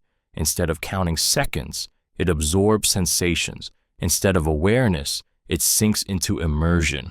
The clock keeps moving, but your perception can't keep up. Emotionally, time compression is bittersweet. It gives you moments that feel alive, electric, vivid, unforgettable, yet it also steals them from you faster than you can hold on. You feel present but not in control, caught in a rush of energy that both exhilarates and overwhelms you. And afterward comes the ache, that hollow feeling of wanting to rewind, to stretch the moment, to live it again with more awareness, more breath, more time. What makes this psychological effect so haunting is the paradox it exposes. The happier and more alive you feel, the faster the moment vanishes. It's a reminder that some of life's brightest experiences burn quickly, leaving behind an echo of joy and a quiet grief for the seconds that slipped away the moment you tried to grasp them. Misattribution of arousal. Misattribution of arousal is the strange psychological effect where your body's physical reactions, racing heart, shaky hands, quickened breath, get mistaken for emotional attraction or another unrelated feeling. Your mind tries to interpret the surge of adrenaline flooding your system, but instead of linking it to fear, excitement, or stress, it may wrongly attach it to the person or situation in front of you. Suddenly, you feel drawn to someone you barely noticed before, convinced there's a spark, when in reality, it's your biology sending a signal your brain mislabels as desire. This phenomenon happens because your body reacts faster than your mind can explain. When adrenaline hits, your brain scrambles for meaning, searching for a story that matches the intensity of your physical state. If you're standing next to someone during that moment, even a stranger, your mind may connect the arousal to them, creating a feeling that seems like chemistry, but is really confusion wrapped in emotion. It blurs the line between what you feel physically and what you believe emotionally, making you trust sensations that have nothing to do with the person or the situation that triggered them. Emotionally, misattribution of arousal is gripping because it reveals how easily your heart can trick you. You think you're choosing someone with intention, yet a racing pulse or a stressful moment can whisper its own story into your mind, shaping your desires without your permission. It makes you wonder how many attractions were real and how many were merely adrenaline dressed as emotion. It shows how fragile and malleable your feelings can be and how your mind, desperate to make sense of your body's signals, can unintentionally turn a moment of intensity into a memory that feels like fate. Phantom vibration syndrome. Phantom vibration syndrome is the strange psychological experience where you feel your phone buzzing, even when it never did. It's that sudden pulse on your leg, the faint tremor against your skin, the split-second certainty that someone messaged you only to check your phone and find nothing. It feels so real that you can almost swear you heard the vibration, felt it, sensed it, yet it came from nowhere. This effect reveals just how deeply technology has woven itself into your nervous system, quietly blurring the line between your body and your device. This phenomenon begins when your mind becomes hyper-attuned to the possibility of being contacted. Every day you carry your phone like an extension of your own body, teaching your brain to anticipate notifications as signals of connection, validation, or potential threat. Over time, the nervous system becomes so sensitive that it starts generating false alarms, tiny muscle twitches, shifting fabric, or subtle sensations that the brain instantly interprets as vibrations because it's what you're conditioned to expect. You've trained yourself to react before you even realize it. Emotionally, phantom vibration syndrome taps into the modern fear of missing out, the constant pressure to stay available, the silent tension of waiting for something, news, attention, approval, that may never come. It exposes how deeply you crave connection and how uneasy silence can feel in a world that demands constant communication. The phantom buzz becomes a mirror of your internal restlessness, a physical echo of the messages you hope for or dread. What makes this effect so haunting is how easily your brain confuses expectation with reality. A simple twitch becomes a signal, a shadow of sensation becomes urgency, and with each false buzz, you're reminded of how tightly your mind clings to the world inside your phone, even when nothing is actually calling out to you. Tetris Effect. The Tetris Effect is the psychological phenomenon where repeated exposure to a pattern begins to seep into your mind so deeply that it continues long after the activity stops.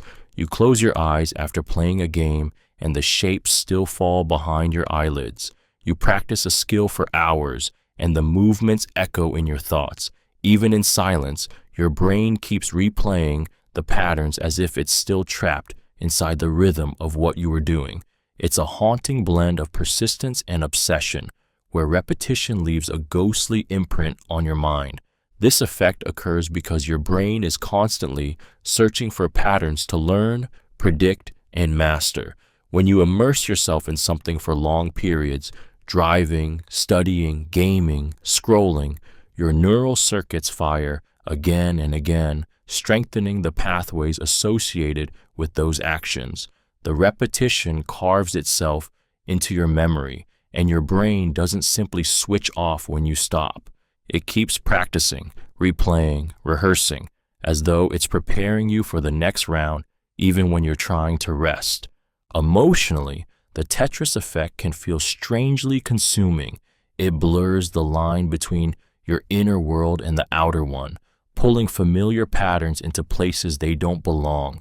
You might find yourself mentally arranging objects on a shelf the same way you arrange pieces in a game, or analyzing conversations in repetitive loops like a puzzle you're trying to solve. It's not madness, it's your brain refusing to let go of what it has been trained to prioritize. What makes this effect so unsettling is how involuntary it is. You don't choose the replay, it chooses you. The patterns echo in your mind like a song stuck on loop, reminding you that the brain absorbs more than you realize, and it keeps working long after you believe you've stepped away. Rubber hand illusion. The rubber hand illusion is a profoundly unsettling psychological effect where your brain begins to believe that a fake rubber hand is actually part of your own body.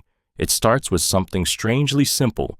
You're seated with one of your hands hidden from view, and a lifelike rubber hand is placed in front of you. Then, both your real hand and the fake one are stroked in perfect synchronization. As the sensations match the visuals, something eerie happens. Your mind rewires your sense of ownership, and suddenly, the rubber hand feels like yours. What makes this illusion so powerful is the brain's desperate need to create a coherent reality. When vision and touch align, your mind chooses the version of the world that feels easiest to believe, even if it's wrong. Your sense of self, which you think is stable and grounded, proves surprisingly fragile. The boundary between body and object blurs, and you're left feeling connected to something that logically shouldn't belong to you. Emotionally, the rubber hand illusion is quietly disturbing because it reveals how easily your identity can be manipulated. You trust your senses to anchor you, to tell you what is real, what is yours, what you inhabit. But under the right conditions, your brain will abandon that certainty without hesitation. When the experiment ends, when something threatens the rubber hand and you feel a jolt of fear, you realize just how deeply your brain accepted the lie. The haunting part of the rubber hand illusion is what it suggests about your relationship with your own body. You believe you control it, understand it, inhabit it fully, yet one simple trick can convince you to claim ownership over something lifeless. It forces you to confront a chilling truth. Your sense of self is not as solid as you think.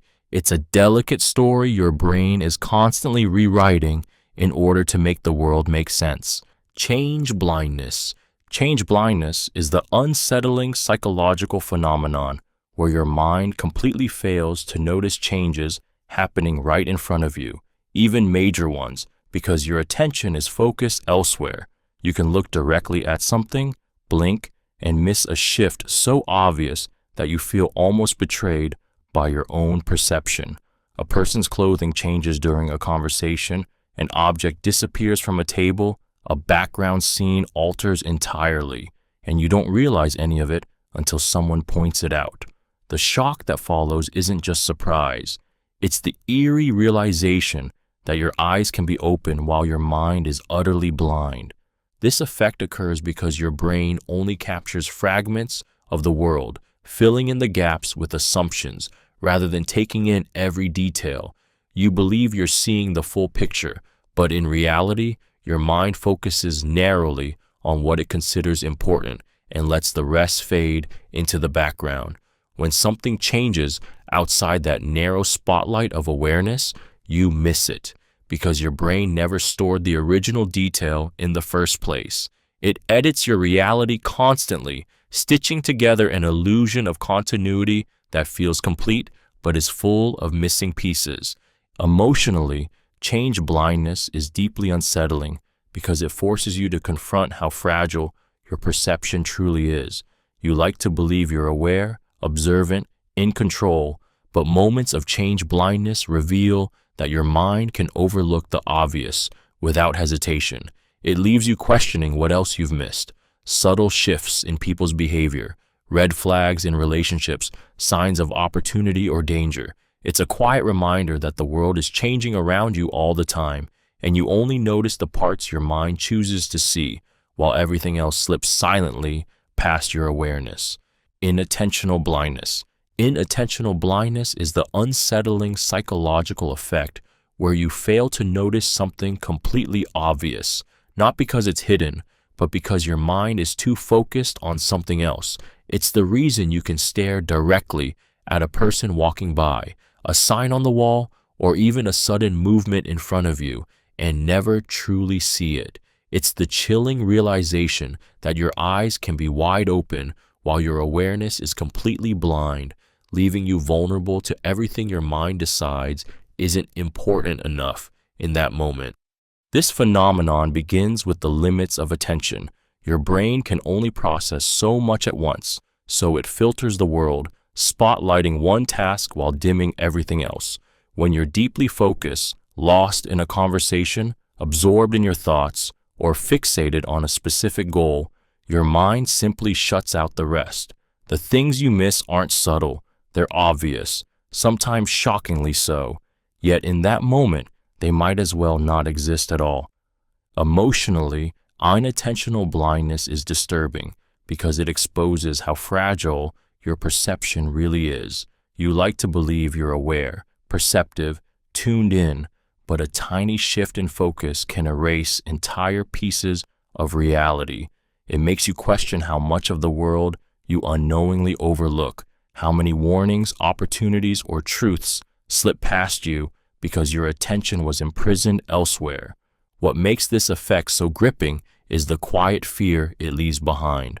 You're forced to confront the possibility that your understanding of the world is incomplete, that your certainty is an illusion, and that even in moments where you believe you're fully present, your mind may be turning a blind eye without your permission. Staircase wit. Staircase wit is the agonizing psychological effect of thinking of the perfect comeback only after the moment has already slipped through your fingers. It's that haunting moment on the car ride home, in the shower, or lying awake at night when your mind suddenly hands you the sharp, clever, flawless response you desperately needed earlier, but now it's too late to use. The conversation replays itself in your head like a loop you can't escape, each replay sharper, clearer, more painful than the last. This effect happens because high-pressure social moments flood your brain with emotion, tightening your thoughts and shortening your reflexes. You're too focused on not embarrassing yourself, too overwhelmed by the heat of the moment, too thrown off by what was said. Your mind freezes when you need it most, only to thaw once you've walked away. Then, when the stress fades, your brain finally finds the words you wish you'd had all along, and that delayed clarity feels like a cruel joke. Emotionally, staircase wit cuts deep because it exposes a vulnerable truth. We all want to be understood, respected, and quick-witted, yet our minds don't always rise to the moment. You replay the scene again and again, imagining the version of yourself who spoke confidently, who stood tall, who didn't let the moment silence you. Each "what I should have said" feels like a small heartbreak, a reminder of the version of yourself you're always chasing but can never fully catch. What makes this effect so unsettling is the raw longing it leaves behind. You're left holding words that no longer have a place to go, wishing you could rewrite the past, wishing you could speak with the clarity you only seem to have once you've already walked away, down the staircase, too far from the moment to change it. Hindsight bias. Hindsight bias is the powerful psychological distortion that makes past events feel predictable after they've already happened. It's that haunting moment when you look back on something, a breakup, a failure, a sudden success, a twist of fate, and feel certain you saw it coming, even though you didn't. Your mind rewrites the past with a cruel kind of confidence, turning uncertainty into inevitability and convincing you that you should have known better, acted differently, seen the signs. It's a bias that doesn't just change your memory, it changes how you judge yourself. This effect emerges from the brain's need for clarity in a world filled with chaos. When the outcome becomes known, your mind desperately tries to make sense of it, stitching together fragments of memory to create a narrative that feels orderly and logical. The messy confusion you once felt gets replaced with a smooth storyline, one in which the ending seems obvious. But this clarity is an illusion, fabricated after the fact, not born from the truth of the moment. Emotionally, hindsight bias is painful because it fuels regret and self-blame.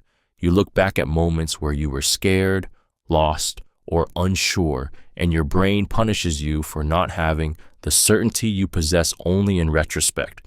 It makes your past self seem naive, blind, or careless, even though at the time you were doing the best you could with the knowledge you had. This bias distorts your memories, magnifying mistakes and stripping away the innocence of not knowing. What makes hindsight bias so haunting is how quietly it rewrites your history. You don't realize your mind is changing the story. You simply feel the weight of, I should have known. Yet beneath that certainty lies the truth. You're judging the past with a map you didn't have when you were living it. Planning fallacy. The planning fallacy is the deceptive psychological phenomenon where you convince yourself that tasks will take far less time, effort, and energy than they actually will. You imagine smooth progress, perfect focus, no setbacks, no delays. In your mind, everything unfolds exactly the way you want it to. Yet when reality hits, unexpected obstacles, lost motivation, shifting priorities, you're left scrambling, frustrated, and wondering why you ever believed it would be so simple in the first place. This effect happens because your brain naturally gravitates toward optimism when imagining the future. You picture the outcome, not the process. You see the finish line, not the grueling steps in between. Instead of remembering all the moments in the past where things took longer than expected, your mind clings to best-case scenarios, telling you that this time will be different, this time you'll stay disciplined, this time nothing will get in your way. It's a comforting illusion, one that protects you from the discomfort of acknowledging how unpredictable life and your own behavior can be. Emotionally, the planning fallacy feels bittersweet. In the beginning, it fills you with hope, excitement, and confidence. You feel capable, organized, ready to conquer anything. But when reality pushes back, that optimism turns into stress. You rush deadlines, sacrifice sleep, or abandon the task entirely, feeling guilty for falling behind on a timeline that was never realistic to begin with. It leaves you questioning your self-discipline when the real issue is the faulty lens through which your mind views the future. The planning fallacy is a reminder that your confidence in tomorrow often blinds you to the messy truth of today, and that your mind prefers comforting illusions over uncomfortable realities. Survivorship bias. Survivorship bias is the powerful psychological distortion that makes you focus on the people who succeeded while overlooking the countless others who failed. You hear stories of millionaires who started from nothing, entrepreneurs who took massive risks and won, artists who defied the odds, and you convince yourself that success is simply a matter of willpower and determination. It's inspiring until you realize you're only seeing the winners. The ones who tried just as hard but didn't make it are invisible, erased from the narrative, leaving you with a dangerously incomplete picture of reality. This phenomenon happens because your mind naturally gravitates toward what's most visible. Success stands on a brightly lit stage, while failure disappears into the shadows. The world celebrates those who rise, not those who fall, so the stories you absorb are biased from the start. You see the business that thrived, not the dozen that collapsed. You admire the relationship that worked, not the many that quietly broke apart. You think the path is clear because the survivor stands at the end of it, but you never see the ones who never made it that far. Emotionally, survivorship bias is intoxicating and deceptive. It feeds your hope, makes you believe the odds are in your favor, and convinces you that success is simpler than it truly is. But it can also break you. When your journey doesn't match the polished stories you admire, you feel inadequate, as though you're failing at something everyone else seems to conquer effortlessly. Survivorship bias reveals how selective the world's storytelling truly is, and how easily your perception can be shaped by the few who made it, while the silent majority remains forgotten. Gambler's fallacy. The gambler's fallacy is the gripping psychological illusion that convinces you patterns exist where none actually do. It's the belief that if something has happened repeatedly, the opposite outcome is due to occur, as if the universe keeps score. A coin lands on heads 5 times in a row, and suddenly tails feels inevitable. A roulette wheel hits black again and again, and people lean forward, certain red must be next. But chance has no memory, no correction, no fairness. Yet your mind refuses to accept that truth. reaching for order in a world ruled by randomness. This effect happens because the brain is desperate for balance. When events appear lopsided or repetitive, your instincts scream that equilibrium has to return. You assume probability works like justice, that outcomes must somehow even out in the short term. But randomness doesn't bend to your expectations. Each event is independent, untouched by the past. Still, the illusion persists, whispering that the streak must break, that the next outcome will restore the pattern your mind believes should exist. Emotionally, the gambler's fallacy draws you into a dangerous mix of hope and superstition. It gives you the thrill of believing you can predict the unpredictable, that you can sense the turning point before it arrives. It makes you feel smart, intuitive, almost chosen, until reality shatters the illusion. You're left questioning how something that felt so certain could be so wrong. What makes this phenomenon so compelling is how easily it seeps into everyday decisions. You convince yourself you're due for good luck, that bad days can't keep piling up, that life will balance itself simply because it feels like it should. But randomness doesn't owe you anything, no matter how deeply your mind wishes it did. Just world hypothesis. The just world hypothesis is the deeply ingrained psychological belief that life is fair, that people get what they deserve, and that the world naturally rewards good and punishes bad. It's a comforting illusion, a quiet promise your mind whispers to shield you from the chaos of reality. You want to believe that hard work guarantees success, that kindness returns to you, that suffering has a reason, and that injustice is always temporary. But beneath that comforting hope lies a darker truth. This belief often blinds you to the randomness, cruelty, and unpredictability woven into life. This phenomenon happens because your brain craves order. The idea of a world governed by fairness feels safe, predictable, and moral. Admitting that bad things can happen to good people or that good things can fall into the hands of the undeserving creates a kind of emotional dissonance the mind struggles to tolerate. So instead, it twists reality to fit the narrative. It leads you to blame victims for their misfortune, assuming they must have caused it somehow. It convinces you that your own suffering has a purpose, even when it doesn't, and it gives you the illusion that if you just behave correctly, life will protect you. Emotionally, the just world hypothesis is both comforting and cruel. It soothes you when life feels fragile, but it hardens you when faced with someone else's pain.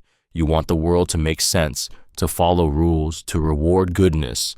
But reality doesn't always play by those rules. And when that illusion cracks, you're left confronting a world far less predictable than the one you tried so hard to believe in. Mere exposure effect. The mere exposure effect is the subtle psychological phenomenon where simply encountering something repeatedly makes you like it more, even if you barely noticed it the first time.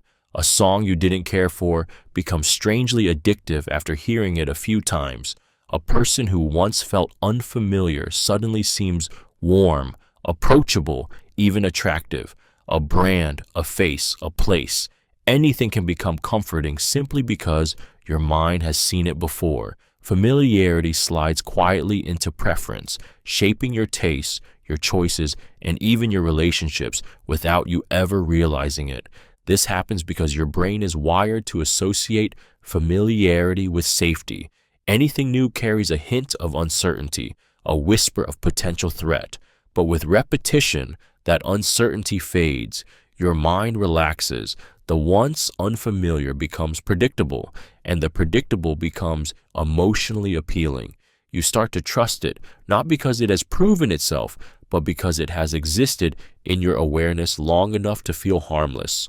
Your brain feeds you the illusion that liking something is a conscious decision, when in reality, exposure alone is often enough to tip your feelings. Emotionally, the mere exposure effect is comforting and unsettling at the same time. It explains why you gravitate toward people who consistently appear in your life, why relationships sometimes grow from simple proximity, why certain patterns feel soothing even when they're not good for you. It makes you wonder how much of what you love is genuine and how much is simply the product of repetition. It reveals how quietly familiarity shapes your heart, pulling you toward things not because they are better, but simply because they have been there long enough to feel like home. Peak and rule. The peak and rule is the deeply revealing psychological effect where your mind doesn't remember an experience based on how long it lasted, but by two moments, the emotional peak and the final impression. Everything else, hours of effort, moments of calm, stretches of boredom, fades into the background. What stays is the most intense point and the ending, shaping your memory in ways that can be completely different from the reality you lived. A painful event with a gentle ending becomes more tolerable in your mind, while a wonderful experience, soured at the finish, can feel ruined forever. This phenomenon happens because your brain isn't designed to store every detail of your life. Instead, it compresses your experiences into emotional snapshots. The highest emotional spike tells your mind, "This is important," and the ending whispers, "This is what it meant." Together, they form the memory you carry, even if it distorts the truth. A vacation remembered as magical might have had days of stress, but the single breathtaking moment, the sunset on the beach, the laughter that shook your chest, becomes the peak your mind clings to, and the way it ended seals the story. Emotionally, the peak end rule is powerful because it dictates how you judge your past. It shapes your nostalgia, your regrets, your fears, your attachments. You might avoid something wonderful because of a bad ending, or chase something unhealthy because of one intense moment that felt unforgettable. It reveals how your memories are not perfect reflections of your life, but carefully edited versions, guided not by accuracy, but by emotion. Serial position effect. The serial position effect is the compelling psychological phenomenon where your mind remembers the first and last things in a sequence far more vividly than everything in the middle. It's why you recall the opening line of a speech and the final point someone made, yet the details in between blur together like fading ink. Your memory isn't balanced or fair. It's drawn to beginnings and endings, leaving the center to dissolve unnoticed. This creates a quiet distortion in how you perceive people, conversations, lessons, and moments, shaping your impressions in ways you rarely realize. This happens because the brain treats the start of an experience as an anchor, a moment of heightened attention when everything is new and your mind is wide open. That first impression imprints itself deeply. Then, as time passes, your attention drifts and your cognitive energy dips, causing the middle to become muddled and forgettable. But when an experience nears its end, your brain wakes up again, knowing closure is coming.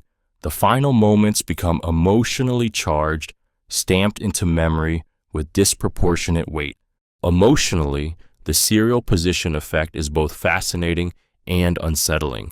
It influences how you remember people, loving someone because they started strong, or resenting someone because they ended poorly, even if the middle of the story tells a different truth.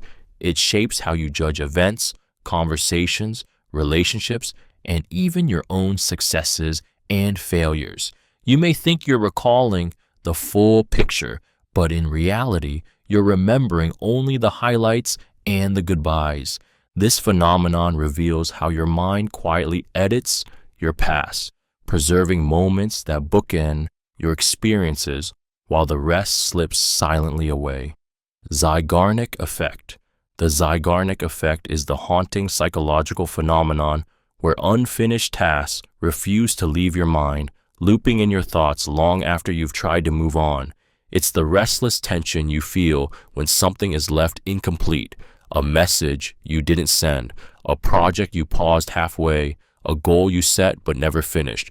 Your brain clings to it with a quiet urgency, replaying it in the background like a song you can't turn off.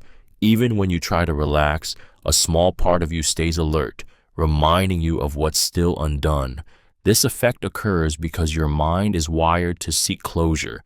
Completed tasks offer a sense of relief, a mental exhale, but unfinished tasks create cognitive tension, an open loop that your brain is desperate to close. Instead of letting it fade, your mind highlights it, holding it at the surface of your awareness so you won't forget. It's why you remember an interrupted chore more vividly than one you completed. It's why loose ends steal your focus, making you feel distracted, guilty, or overwhelmed without fully understanding why. Emotionally, the Zeigarnik effect can make you feel trapped between intention and action. You carry a subtle weight, an invisible checklist of uncompleted moments that tug at your attention. It disrupts your peace, creates anxiety, and gives even small tasks an emotional heaviness that grows the longer you avoid them. And when you finally finish what you left undone, the relief is almost startling, like releasing a breath you didn't realize you'd been holding. The Zeigarnik effect reveals how deeply your mind craves completion and how unfinished pieces of your life can linger far longer than you expect. Google Effect. Digital amnesia. The Google effect, often called digital amnesia, is the psychological phenomenon where you forget information more easily simply because you know you can look it up later. Your mind, once trained to store details, now offloads them to your devices without hesitation. Instead of remembering phone numbers, directions, facts, or even conversations, you rely on the quiet promise that your phone, your browser, or the internet will remember for you. It feels convenient, liberating even. But beneath that ease is a slow erosion of the trust you once had in your own memory. This happens because your brain is efficient, sometimes brutally so. When it realizes information is safely stored elsewhere, it stops investing energy in keeping it. Why memorize when you can search? Why struggle to recall when a quick tap delivers the answer instantly? Over time, your mind shifts from remembering information to remembering where to find it. Knowledge becomes external, stored in machines rather than within you, and you rarely notice the shift as it happens. Emotionally, the Google effect carries a strange mixture of comfort and loss. You feel empowered by the infinite access to information, yet quietly dependent on it. Moments that once required mental effort now blur into routines of searching, scrolling, and saving. And when you finally need to remember something without help, you feel a flicker of panic, a reminder of how fragile your memory has become in a world where forgetting feels harmless. What makes digital amnesia so gripping is how silently it takes hold. You don't realize how much you've outsourced your mind until you reach for a memory and find nothing but a reflex to reach for your phone instead. Paradox of choice regret. The paradox of choice regret is the overwhelming psychological effect that strikes when too many options make you feel less satisfied, not more. You walk into a world of endless possibilities, jobs, relationships, clothes, lifestyles, and instead of feeling free, you feel trapped. Every choice becomes a silent weight on your shoulders. You fear choosing wrong, missing out on something better, or locking yourself into a decision you can't undo. And even when you finally decide, the lingering question, what if I chose differently, echoes louder than the relief of choosing at all. This phenomenon happens because the human mind was never designed to handle limitless decisions. When options multiply, so does responsibility. If things go well, you credit luck. But if they don't, you blame yourself for not choosing better. The more choices you're given, the more you imagine the perfect outcome that might have existed. Reality struggles to compete with the flawless fantasy of the alternatives you didn't pick. Your mind doesn't celebrate what you gained. It mourns what you might have lost. Emotionally, the paradox of choice regret is crushing because it follows you long after the decision is made. You replay different scenarios, convincing yourself you could have been happier, more successful, more fulfilled, if only you had chosen option B instead of A. The regret grows quietly, feeding on your insecurity and your desire for certainty. It steals joy from the present by chaining you to the ghost of imaginary futures. The paradox of choice regret exposes a painful truth. Sometimes freedom doesn't liberate you, it paralyzes you, leaving you torn between what you chose and everything you fear you turned away from. Illusion of control. The illusion of control is the powerful psychological phenomenon where you believe you can influence outcomes that are entirely or mostly beyond your control. It's that moment you press an elevator button twice, convinced it will make it arrive faster. It's blowing on dice before a roll, feeling as though your breath carries luck. It's the quiet certainty that if you worry enough, prepare enough, or think hard enough, you can prevent bad things from happening. Deep down, you know chance plays its role, yet your mind clings to the comforting belief that your actions shape every result. This effect arises because uncertainty terrifies the human brain. When the world feels unpredictable, your mind grasps for anything that feels stable, anything that gives even a hint of influence. You begin to see patterns where none exist and assign meaning to actions that hold no real power. The illusion doesn't just soothe you, it protects your sense of agency, the belief that you're not just drifting through life, but actively steering it. Without that illusion, the randomness of the world would feel overwhelming. Emotionally, the illusion of control is both comforting and deceptive. It gives you hope, courage, and motivation, making you feel capable in situations where you're actually helpless. But it can also set you up for heartbreak, leading you to believe you failed when the outcome was never yours to shape. You blame yourself for things that were never in your hands, or you take credit for victories you never truly controlled. What makes this phenomenon so gripping is how deeply it intertwines with your identity. You want to believe you're the author of your life, even when fate has already written the page. Learned helplessness. Learned helplessness is the heartbreaking psychological phenomenon where you stop trying to change your situation because over time, you've been conditioned to believe your efforts don't matter.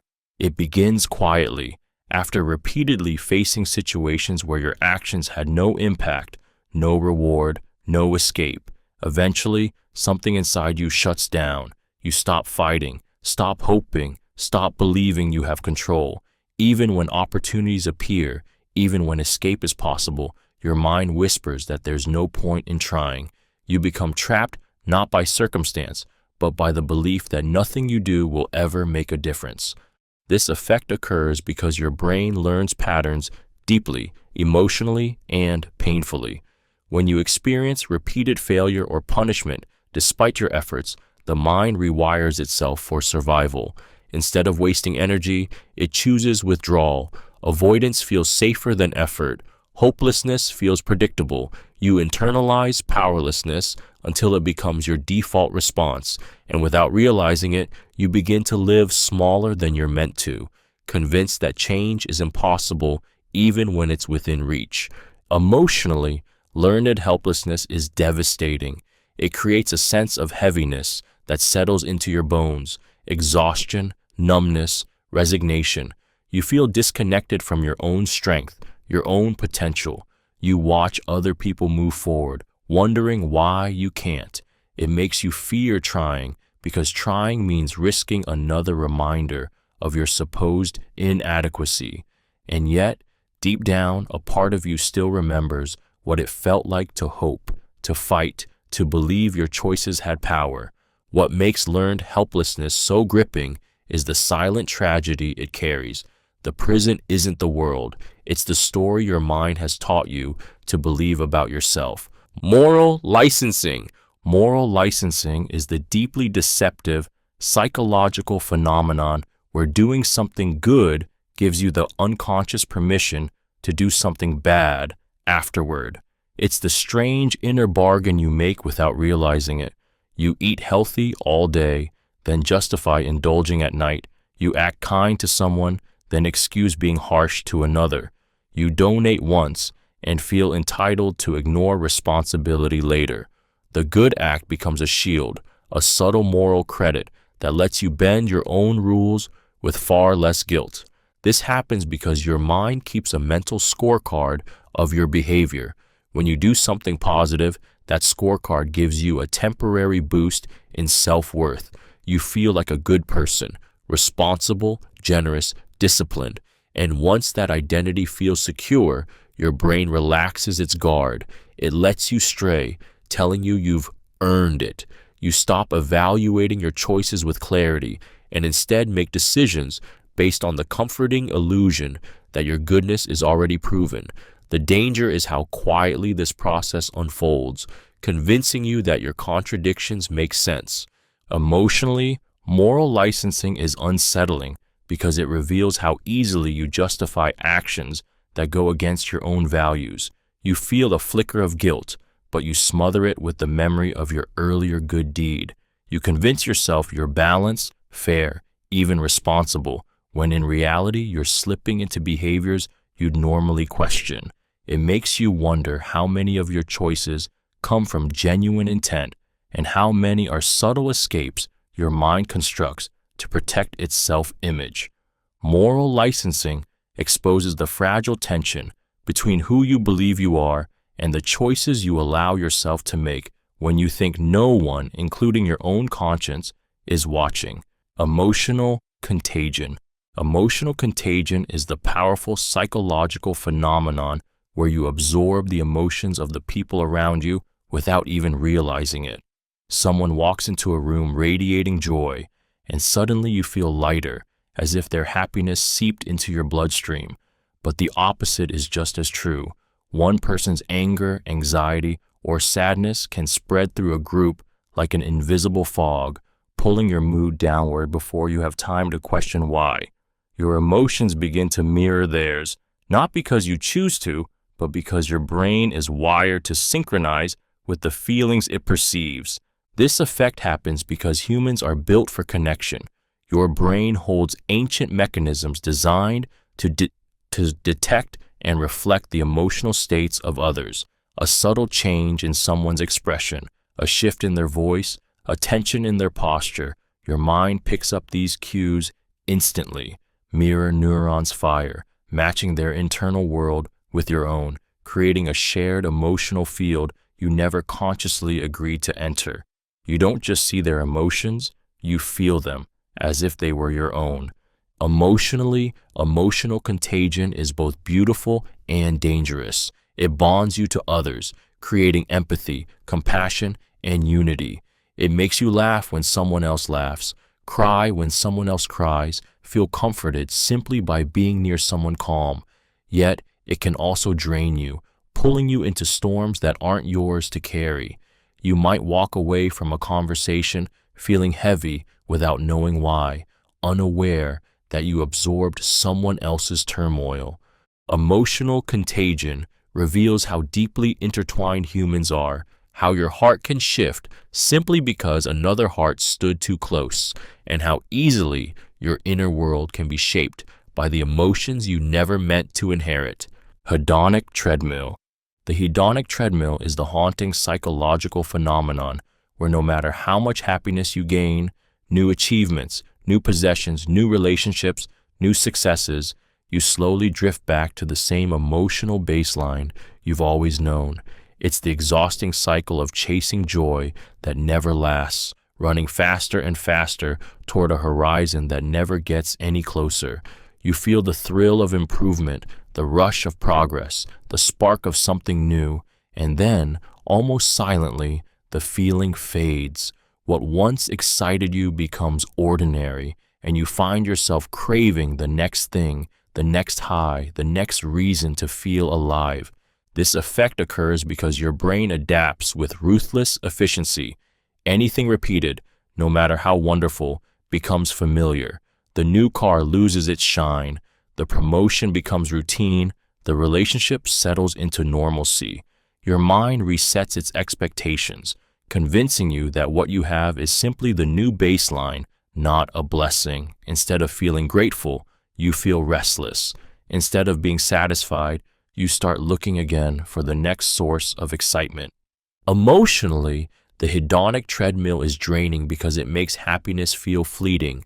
You wonder why nothing fulfills you for long, why satisfaction slips through your fingers just when you think you finally caught it. It becomes easy to believe something is wrong with you, when in truth, it's your brain's natural tendency to normalize everything, even joy. This phenomenon quietly shapes your life, making you chase after happiness as if it's always one step ahead, leaving you breathless in a race you never truly win. Spotlight memory distortion. Spotlight memory distortion is the psychological effect where intense, emotional, or significant moments feel longer in your memory than they ever were in reality. A few seconds can stretch into minutes. A brief glance can feel like a lingering stare. A single awkward moment can replay in your mind as if it lasted an eternity. Your brain freezes certain experiences under a mental spotlight, slowing them down, magnifying their impact, and making them appear far more drawn out than they actually were. This happens because your mind processes emotionally charged moments with heightened awareness. When something triggers embarrassment, fear, excitement, or vulnerability, your brain floods the experience with attention, gathering details you wouldn't normally notice. Time doesn't actually slow down, but your perception of it changes. Your brain takes in more information, more sensations, more emotional cues, and the overload of detail tricks your memory into stretching the moment far beyond its true length. Emotionally, spotlight memory distortion hits hard because it makes small moments feel enormous. You relive an uncomfortable interaction as if the whole world paused to watch you. You recall a mistake as though it unfolded in slow motion. You feel haunted by seconds that your mind turns into sagas. It can intensify shame, fear, or self-consciousness, making you believe others noticed more than they did, when in reality, most people barely registered it. What makes this phenomenon so gripping is how deeply it shapes your personal narrative. You carry stretched memories that feel heavy and significant, unaware that the moments you replay endlessly were only blips in time, magnified not by reality, but by the emotional spotlight your mind cast upon them. Ego depletion.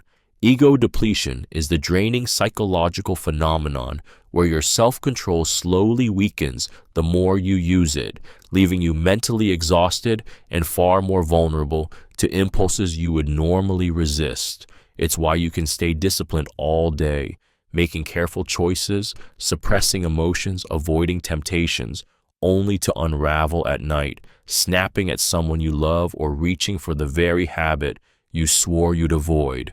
Your willpower feels strong, but beneath the surface, every decision, every restraint, every forced smile quietly chips away at your mental strength until there's nothing left to hold you together. This happens because self-control draws from a limited pool of cognitive energy. Every time you bite your tongue, force productivity, resist temptation, or manage emotional stress, your mind spends a little more of that reserve. You don't notice the depletion happening. You just feel a heaviness building in your chest, a fog settling behind your thoughts, a sense that you're running on fumes. By the time you reach the end of the day, even tiny decisions feel overwhelming and simple tasks feel impossible. Your brain, desperate for relief, pushes you toward comfort, indulgence, and escape. Emotionally, ego depletion is unsettling because it makes you feel like you're losing control of yourself. You wonder why you can be disciplined one moment and impulsive the next, why your best intentions crumble under the weight of fatigue. You blame your character, your motivation, your will, when in reality, your mind is simply exhausted. It reveals how fragile self-control truly is, how easily it fractures under the strain of daily life, and how quickly your strongest resolutions can collapse when your inner reserves finally run dry. Mood congruent memory. Mood congruent memory is the haunting psychological phenomenon where your current emotional state decides which memories rise to the surface. When you're sad, your mind drags up every heartbreak, disappointment, and failure you've ever lived through, making the world feel heavier than it truly is. When you're happy, your mind floods with warmth, moments of laughter, connection, and triumph, convincing you that life is bright and full of possibility. Your mood becomes the filter through which your past is rewritten, not by fact, but by feeling. This phenomenon occurs because the brain craves emotional coherence. It wants your memories to match your current state, so it searches for experiences that echo what you're feeling now. If you're anxious, it retrieves every moment that ever made you afraid. If you're angry, it reminds you of every injustice you've endured. These memories don't appear randomly. They're summoned by your emotional state, reinforcing it, deepening it, sometimes trapping you in cycles you don't know how to break. Emotionally, mood-congruent memory is powerful and dangerous. It can lift you into joy or push you into despair. In your darkest moments, it convinces you that you've always felt this way, that your entire history is tinted with the same shade of pain you feel now. It becomes nearly impossible to think of anything good when sadness has taken hold, or anything bad when happiness fills your chest. Your memory becomes biased, selective, deceptive, shaping your reality around your feelings. Mood-congruent memory is a reminder that your emotions don't just affect your present, they reach backward, coloring your past, influencing your future, and shaping the story you believe about your own life. Semantic satiation. Semantic satiation is the strangely disorienting psychological phenomenon where a word repeated too many times suddenly loses all meaning. You say it again and again, simple, familiar, ordinary, and then, without warning, it transforms into something alien. The sound becomes hollow, the letters look unfamiliar, and the meaning that once felt effortless slips away as if the word has been emptied of its identity.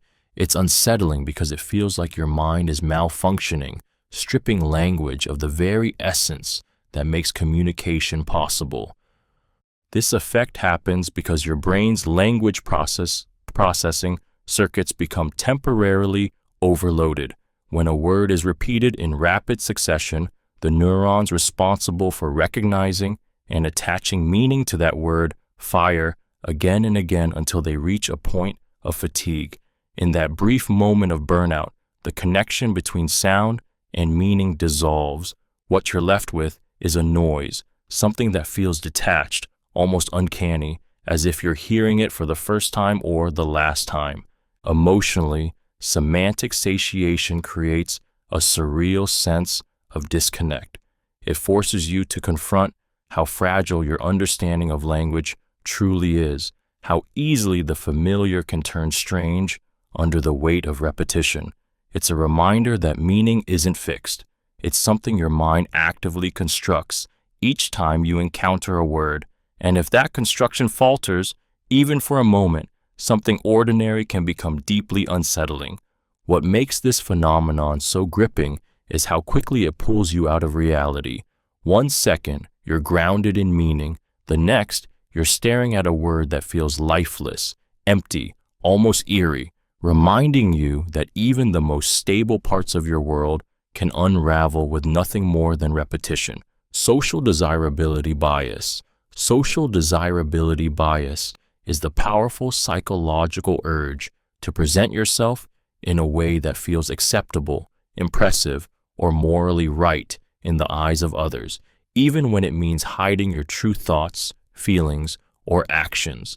It's the instinct to say you're fine when you're breaking inside, to nod in agreement when you disagree, to claim better habits than you actually have, to shrink the messy parts of yourself because you fear they won't be welcomed. You don't just want to be understood, you want to be approved of, and that craving quietly shapes your behavior more than you realize. This effect occurs because humans are wired for belonging. From childhood, your brain learned that acceptance meant safety and rejection meant danger. So, when you're asked about your behavior, your beliefs, or your choices, your mind automatically filters your answers through the lens of what will be most socially acceptable. You exaggerate the good, soften the bad, and polish the edges of who you are. It feels harmless, even natural, but it slowly blurs the line between your real self and the version you believe others want to see. Emotionally, social desirability bias is exhausting. It makes you feel like you're performing instead of living. You carry the fear of judgment, the weight of expectations, the pressure to maintain an image that doesn't fully belong to you. And the more you bend yourself to please others, the more distant you become from your own truth. What makes this phenomenon so gripping is how subtly it steals authenticity, how quietly it convinces you to trade honesty for acceptance until you're not sure which parts of you are genuine and which parts were crafted simply to be liked. Ostrich Effect. The ostrich effect is the quiet, self-protective psychological phenomenon where you avoid negative information simply because facing it feels too overwhelming, too painful, or too real. You ignore the bank statement you know will disappoint you. You avoid checking a message that might contain bad news. You delay reading test results, opening bills, or confronting problems in your relationships. A part of you knows the truth is waiting, but another part clings to the fragile comfort of not knowing, believing that if you don't look, the problem somehow loses its power. This happens because your mind is wired to escape discomfort. When a potential threat appears, financial stress, emotional conflict, health concerns, your brain tries to protect you by pulling you away from it. Avoidance becomes a soothing illusion, a temporary shield that gives you space to breathe. But while you look away, the problem continues to grow, feeding on your silence. The relief you feel is real, but it is borrowed time, and deep down, you sense it slipping between your fingers. Emotionally, the ostrich effect is heavy because it traps you between fear and denial. You tell yourself you'll check tomorrow, but tomorrow never feels safer. You live with the quiet hum of anxiety, knowing there's something you're refusing to face, yet terrified of the moment you finally confront it. It makes you question your own courage, your discipline, your ability to handle life's difficulties. What makes the ostrich effect so gripping is its deceptive warmth. Avoidance feels gentle in the moment, almost comforting. It's only later you realize how much power you gave away simply by choosing not to look at the truth staring back at you. Law of triviality.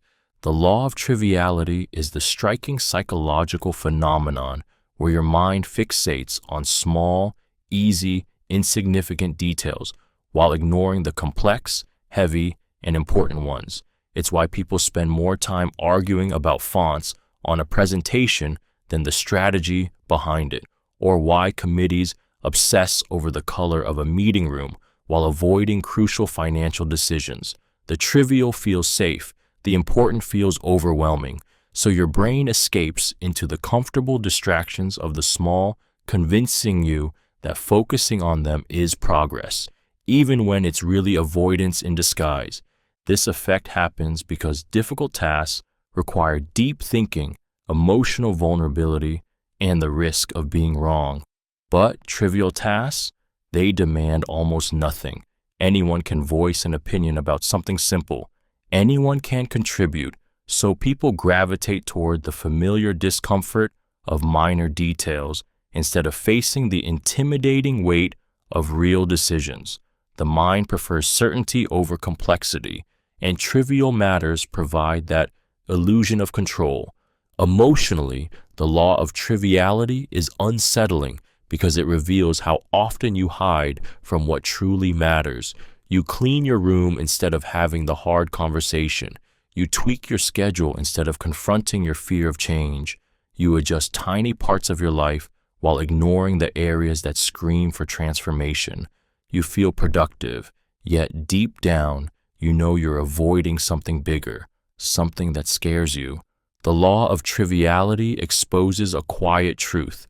The small things aren't stealing your attention by accident. They're shielding you from the important things your mind isn't ready to face, turning distraction into a refuge you mistake for progress. The doorway effect. The doorway effect is the uncanny psychological phenomenon where you walk into a room with a clear purpose, only for your mind to suddenly go blank the moment you cross the threshold. 1 second, your intention feels solid and focused, and the next, it dissolves into thin air, leaving you standing there confused, frustrated, and oddly vulnerable. It feels like your memory has slipped through your fingers, as if the simple act of stepping into a new space erased the thought you were holding on to. It's such a common experience that people laugh about it, but inside, it's strangely unsettling, like your mind has betrayed you without warning. This effect happens because your brain uses the boundaries of physical spaces to separate events into mental segments. When you move from one room to another, your mind quietly closes the file of your previous context to prepare for the new environment. In that transition, the intention you were carrying can get lost, misplaced somewhere between rooms. Your brain isn't malfunctioning, it's reorganizing, but in doing so, it sometimes discards the very thought you were trying to preserve. Emotionally, the doorway effect leaves you with an uncomfortable sense of disconnection. You feel foolish for forgetting something so quickly, yet you can't shake the eerie sensation that your mind is more fragile than you realize. It makes you wonder how many thoughts vanish each day without you noticing, how many intentions quietly slip away simply because you shifted spaces. This phenomenon reveals how delicate your hold on memory can be, and how easily it can crumble with nothing more than a single step forward. Rhyme as reason effect. The rhyme as reason effect is the strangely persuasive psychological phenomenon where statements that rhyme feel more truthful, more wise, and more trustworthy than the exact same ideas expressed without rhythm. A simple rhyme can turn an ordinary sentence into something that feels like ancient wisdom. Your mind doesn't just hear the words, it absorbs the flow, the symmetry, the ease of repetition, and mistakes that smoothness for truth. A phrase like, "What sobriety conceals, alcohol reveals," feels instantly credible, not because it's accurate, but because it sounds effortless, memorable, and complete. This effect happens because your brain is drawn to patterns. Rhymes are easier to process, easier to remember, and easier to repeat. They slip past your critical thinking and land deeper, creating a sense of fluency that your mind confuses with reliability. When something is easy to understand, it feels correct. When something sounds polished, it feels profound. And when something sticks in your memory, it feels meaningful. Your brain equates beauty with truth, even when the meaning behind the words has no real substance. Emotionally, the rhyme as reason effect is powerful because it taps into your desire for clarity in a complicated world. A rhyming phrase feels like a neatly packaged truth, a shortcut to understanding. It gives you the illusion of certainty in an uncertain moment. You trust it because it feels familiar, rhythmic, almost comforting. Yet beneath that comfort lies a subtle vulnerability. Your mind becomes susceptible to persuasive language, allowing rhyme to outweigh reason. What makes this phenomenon gripping is how effortlessly it can shape your beliefs. A simple rhyme can bend your judgment without you ever noticing, proving how easily form can masquerade as truth in the depths of your own mind. Fear of missing out, FOMO. Fear of missing out, or FOMO, is the unsettling psychological phenomenon where you feel a deep sense of anxiety that others are living better, more exciting, more meaningful lives than you are. It's that sudden pang in your chest when you see people laughing at a party you weren't invited to, the sinking feeling when friends make plans without you, or the quiet ache when you scroll through social media and feel like everyone else is moving forward while you're standing still. It's not just envy, it's the haunting belief that life is happening somewhere else and you're not part of it. This happens because your mind is wired to seek belonging and significance. When you see others experiencing joy, connection, or success, your brain interprets their happiness as a reminder of what you might be lacking. Social media intensifies this effect, presenting highlight reels that distort reality. making ordinary lives look extraordinary. You start comparing your behind-the-scenes moments to someone else's carefully crafted image, feeling like you're falling behind in a race you never agreed to run. Emotionally, FOMO is draining. It makes you restless, unsatisfied, constantly questioning your decisions. You second-guess staying home, choosing rest, saying no.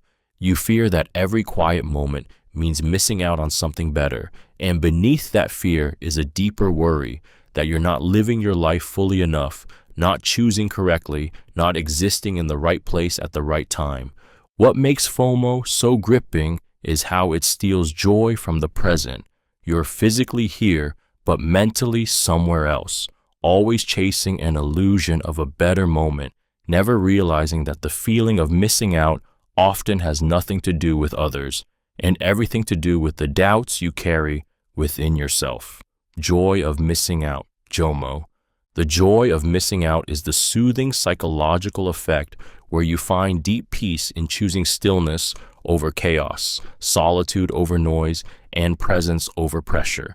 It's the quiet thrill of realizing you don't need to chase every event, every trend, every invitation, or every moment of excitement to feel fulfilled. Instead of fearing what you're missing, you feel grateful for what you're gaining, clarity, calm, and a deeper connection to yourself. In a world that constantly screams, go, do, be more, JOMO whispers that it's okay to slow down, to step back, to breathe.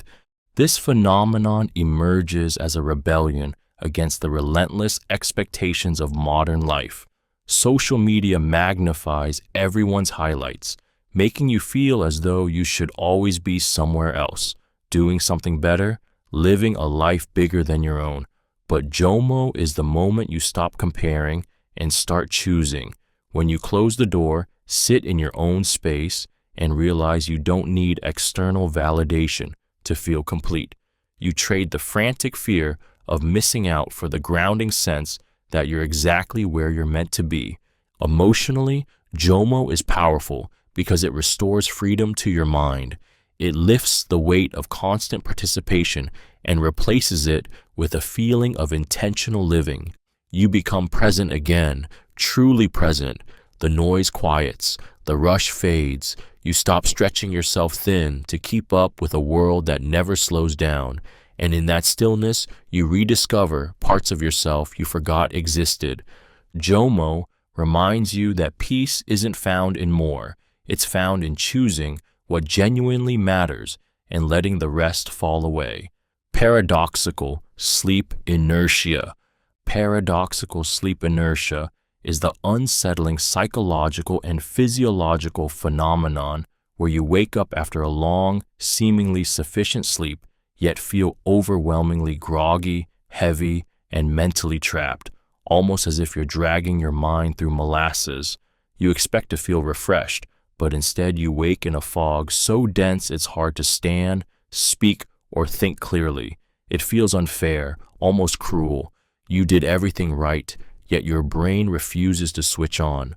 The world feels distant, your body unresponsive, and for a moment, it's as if you're not fully awake or fully asleep, caught in a no man's land between consciousness and dreaming. This effect occurs because waking up during the wrong sleep stage, especially deep, slow wave sleep, throws your brain into confusion. Instead of rising from light sleep, where your cognitive systems are ready to activate, your mind is abruptly yanked from a state meant for restoration, not alertness. The result is a psychological and emotional lag. Your brain chemistry hasn't caught up, your neurons fire sluggishly, and every part of you feels misaligned with the world you just re-entered. Even after hours of sleep, you feel drained, unfocused, and emotionally muted. Paradoxical sleep inertia is gripping because it exposes how fragile waking consciousness truly is. You realize your sense of clarity, motivation, and identity can be scrambled simply by emerging from the wrong layer of sleep. It leaves you wondering how much of your morning mood, your energy, even your self-control is dictated not by willpower, but by the invisible timing of your brain slowly clawing its way back to awareness. Misophonia responses. Misophonia responses are the intense psychological and emotional reactions triggered by specific, everyday sounds: chewing, pen clicking, tapping, breathing, slurping, sounds that seem harmless to others but feel unbearable to you. It's not just irritation, it's a sudden, visceral surge of anger, panic, or disgust that hits before you can control it. Your chest tightens, your heart jumps, your mind locks onto the sound like a threat. It feels intrusive, inescapable, as if the noise is drilling directly into your nerves, and the worst part is how quickly it takes over. You go from calm to overwhelmed in a heartbeat. This phenomenon occurs because your brain misinterprets certain sounds as signals of danger or violation. Instead of processing them as neutral background noise, your nervous system reacts as if you're being attacked. Your fight or flight response activates, flooding you with adrenaline and hyper-awareness. You can't ignore the sound. Your brain won't let you. It amplifies it, sharpens it, turns it into the only thing you can hear. You might know logically that the person making the noise isn't doing anything wrong, but emotionally, your body responds as if they are invading your space. Emotionally, misophonia is draining. It creates guilt because you don't want to feel this way. It creates shame because you worry others will see you as dramatic or oversensitive. And it creates isolation because avoiding triggers often means avoiding people. You feel trapped between your reactions and your desire to stay connected. What makes misophonia so gripping is the profound lack of control. You're at war with your own senses, reacting to sounds most people never notice, trying to calm a storm inside you that no one else can hear. Earworm. An earworm is the strangely intrusive psychological phenomenon where a fragment of a song loops endlessly in your mind, playing on repeat long after the music has stopped. It sneaks in quietly, a catchy chorus, a single lyric, a simple melody, and then refuses to leave, echoing in your thoughts at the most random moments.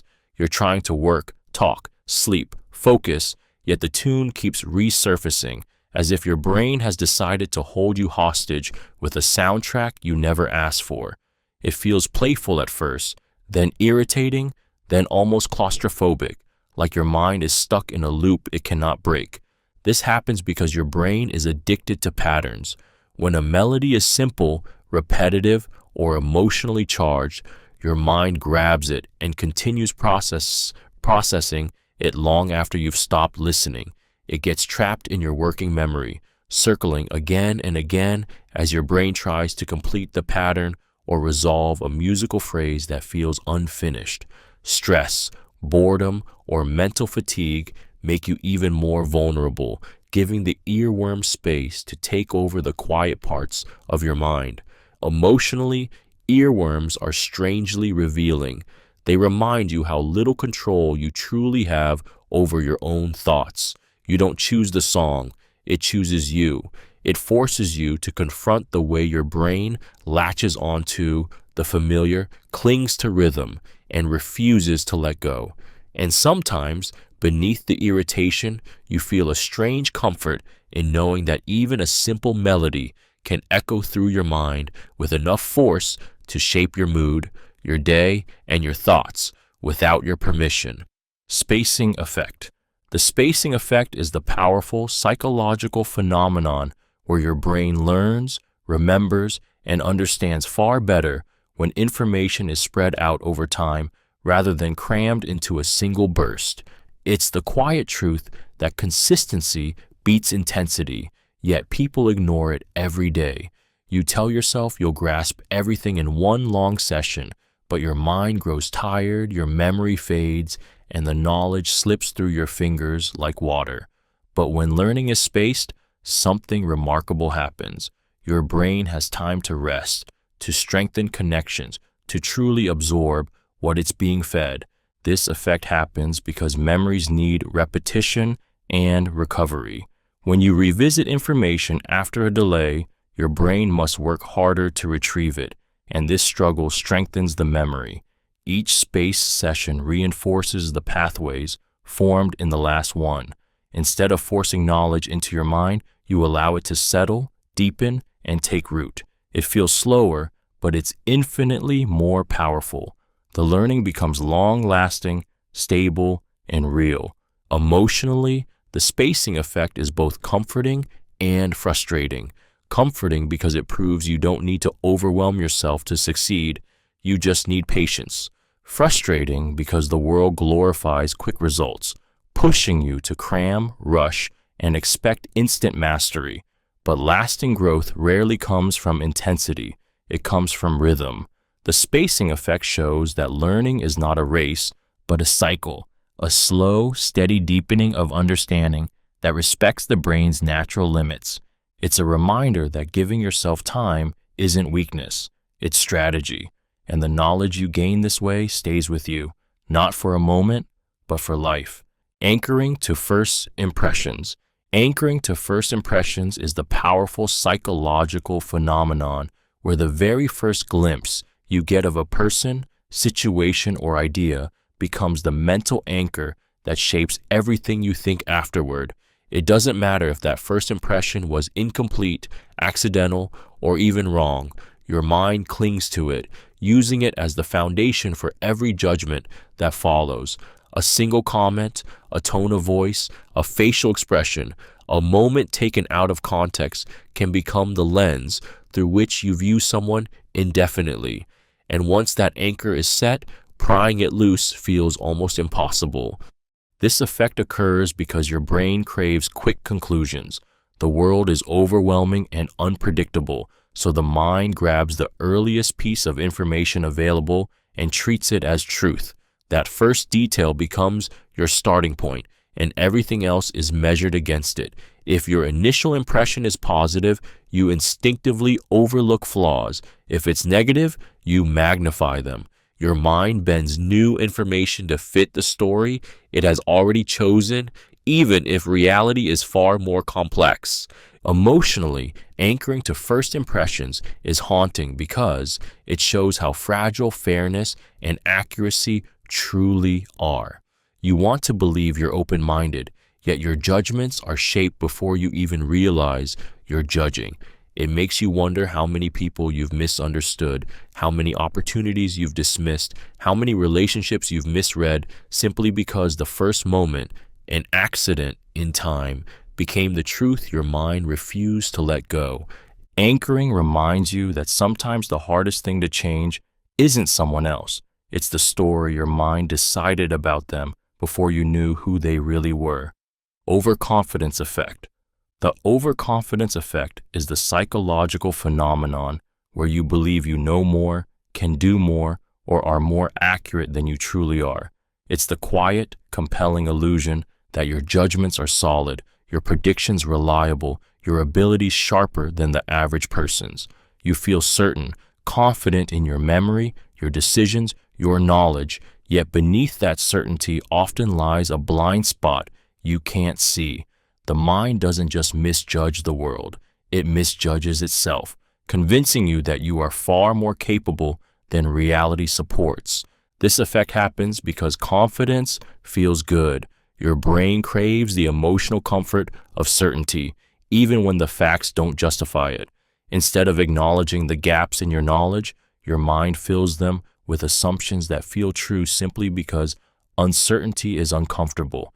You mistake familiarity for expertise, intuition for accuracy, and past luck for skill. The more certain you feel, the less you question, and the less you question, the more your false confidence grows.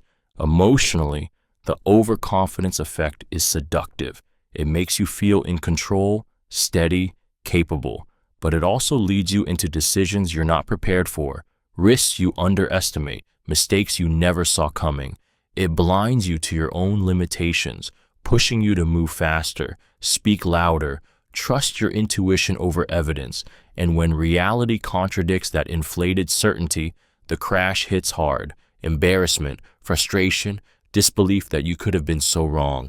What makes this phenomenon so gripping is its subtle danger. You don't feel arrogant, you feel sure. You don't feel reckless, you feel right.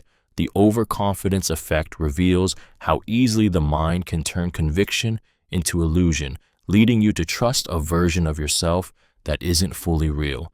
Pessimism bias. Pessimism bias is the heavy psychological tendency to expect the worst even when reality doesn't warrant it. It's the quiet voice that whispers that things will fall apart, that plans will fail, that people will disappoint you, even when evidence suggests otherwise. You imagine negative outcomes with startling clarity, painting vivid mental pictures of everything that could go wrong. And the more real those imagined failures feel, the more your mind convinces you that they're inevitable. You begin living in the shadow of problems that haven't happened, but feel as if they already have. This phenomenon occurs because your brain is wired to prioritize safety over possibility. Negative experiences carve deeper emotional grooves than positive ones, and your mind remembers pain with sharp precision. To protect you, it learns to anticipate danger even when there is none. That anticipation becomes a habit, then a lens, then a worldview. You start interpreting neutral situations as threats and seeing the future through a filter of fear. The world feels heavier, colder, more uncertain than it truly is. Emotionally, pessimism bias is exhausting. It drains your motivation, dims your confidence, and convinces you that hope is a risk rather than a lifeline. You hold back, not because you can't succeed, but because you've already imagined yourself failing. It steals joy from the present by making you brace for a future that may never come. Yet, beneath the dread lies a painful longing, the desire to feel safe, to avoid heartbreak, to stay one step ahead of disappointment. What makes pessimism bias so gripping is how real the imagined fears feel. Your mind mistakes caution for truth, turning shadows into certainties and possibilities into threats, quietly shaping a life guided more by fear than by fact. Optimism bias.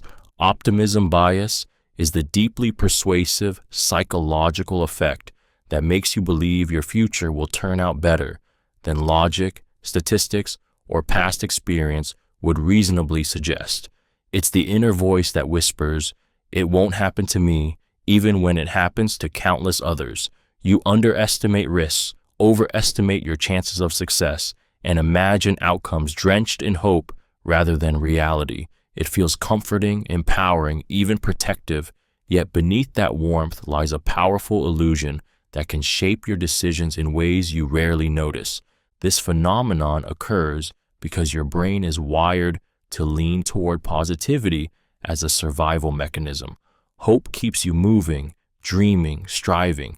It shields you from the paralysis that fear could cause, so your mind selectively filters the world, focusing on the potential for good while pushing away the possibility of failure. You believe your relationship will last, your plans will work, your goals will unfold smoothly, even when the odds are far less forgiving.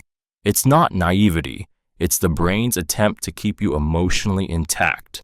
Emotionally, optimism bias is both beautiful and dangerous. It gives you courage to take risks, to fall in love, to start projects you might otherwise avoid. It lifts your spirit and fuels your ambition, but it can also blind you to warning signs, make you ignore red flags, or lead you into situations you aren't prepared for. You may find yourself shocked when reality doesn't match the ideal future you imagined, wondering how you could have missed what now seems obvious. Optimism bias reveals how desperately humans cling to hope, even when it distorts the truth, because sometimes believing in a brighter tomorrow feels easier than confronting the uncertainty of today. Perceptual echo. Perceptual echo is the eerie psychological phenomenon where your brain continues to replay a visual stimulus even after it disappears, creating a faint afterimage that flickers just beneath your awareness. It's not the bright, obvious afterimage you see when staring at a light. This one is subtle, ghost-like, a silent echo of something your eyes have already left behind. You might catch a movement in the corner of your vision, swear you saw something shift, or feel like the scene in front of you is still vibrating with the imprint of what came before. It's a moment where perception lingers longer than reality, and it leaves you questioning just how immediate your vision truly is. This effect happens because your brain isn't a perfect camera. It's a delayed storyteller. When you see something, your mind processes it so quickly that the information keeps circulating in neural pathways even after the stimulus is gone. The brain echoes the visual, replaying faint fragments to help stabilize perception over time. But in doing so, it blurs the boundary between now and a moment ago, making you briefly unsure of what is real and what is residue. Emotionally, perceptual echo is unsettling because it exposes the lag between the world and your awareness of it. You realize your eyes aren't showing you the present. They're showing you a stitched-together stream of neural interpretations, some fresher than others. It makes you wonder how much of what you see is truly happening, and how much is your brain replaying shadows of the past, quietly echoing reality long after it's already changed.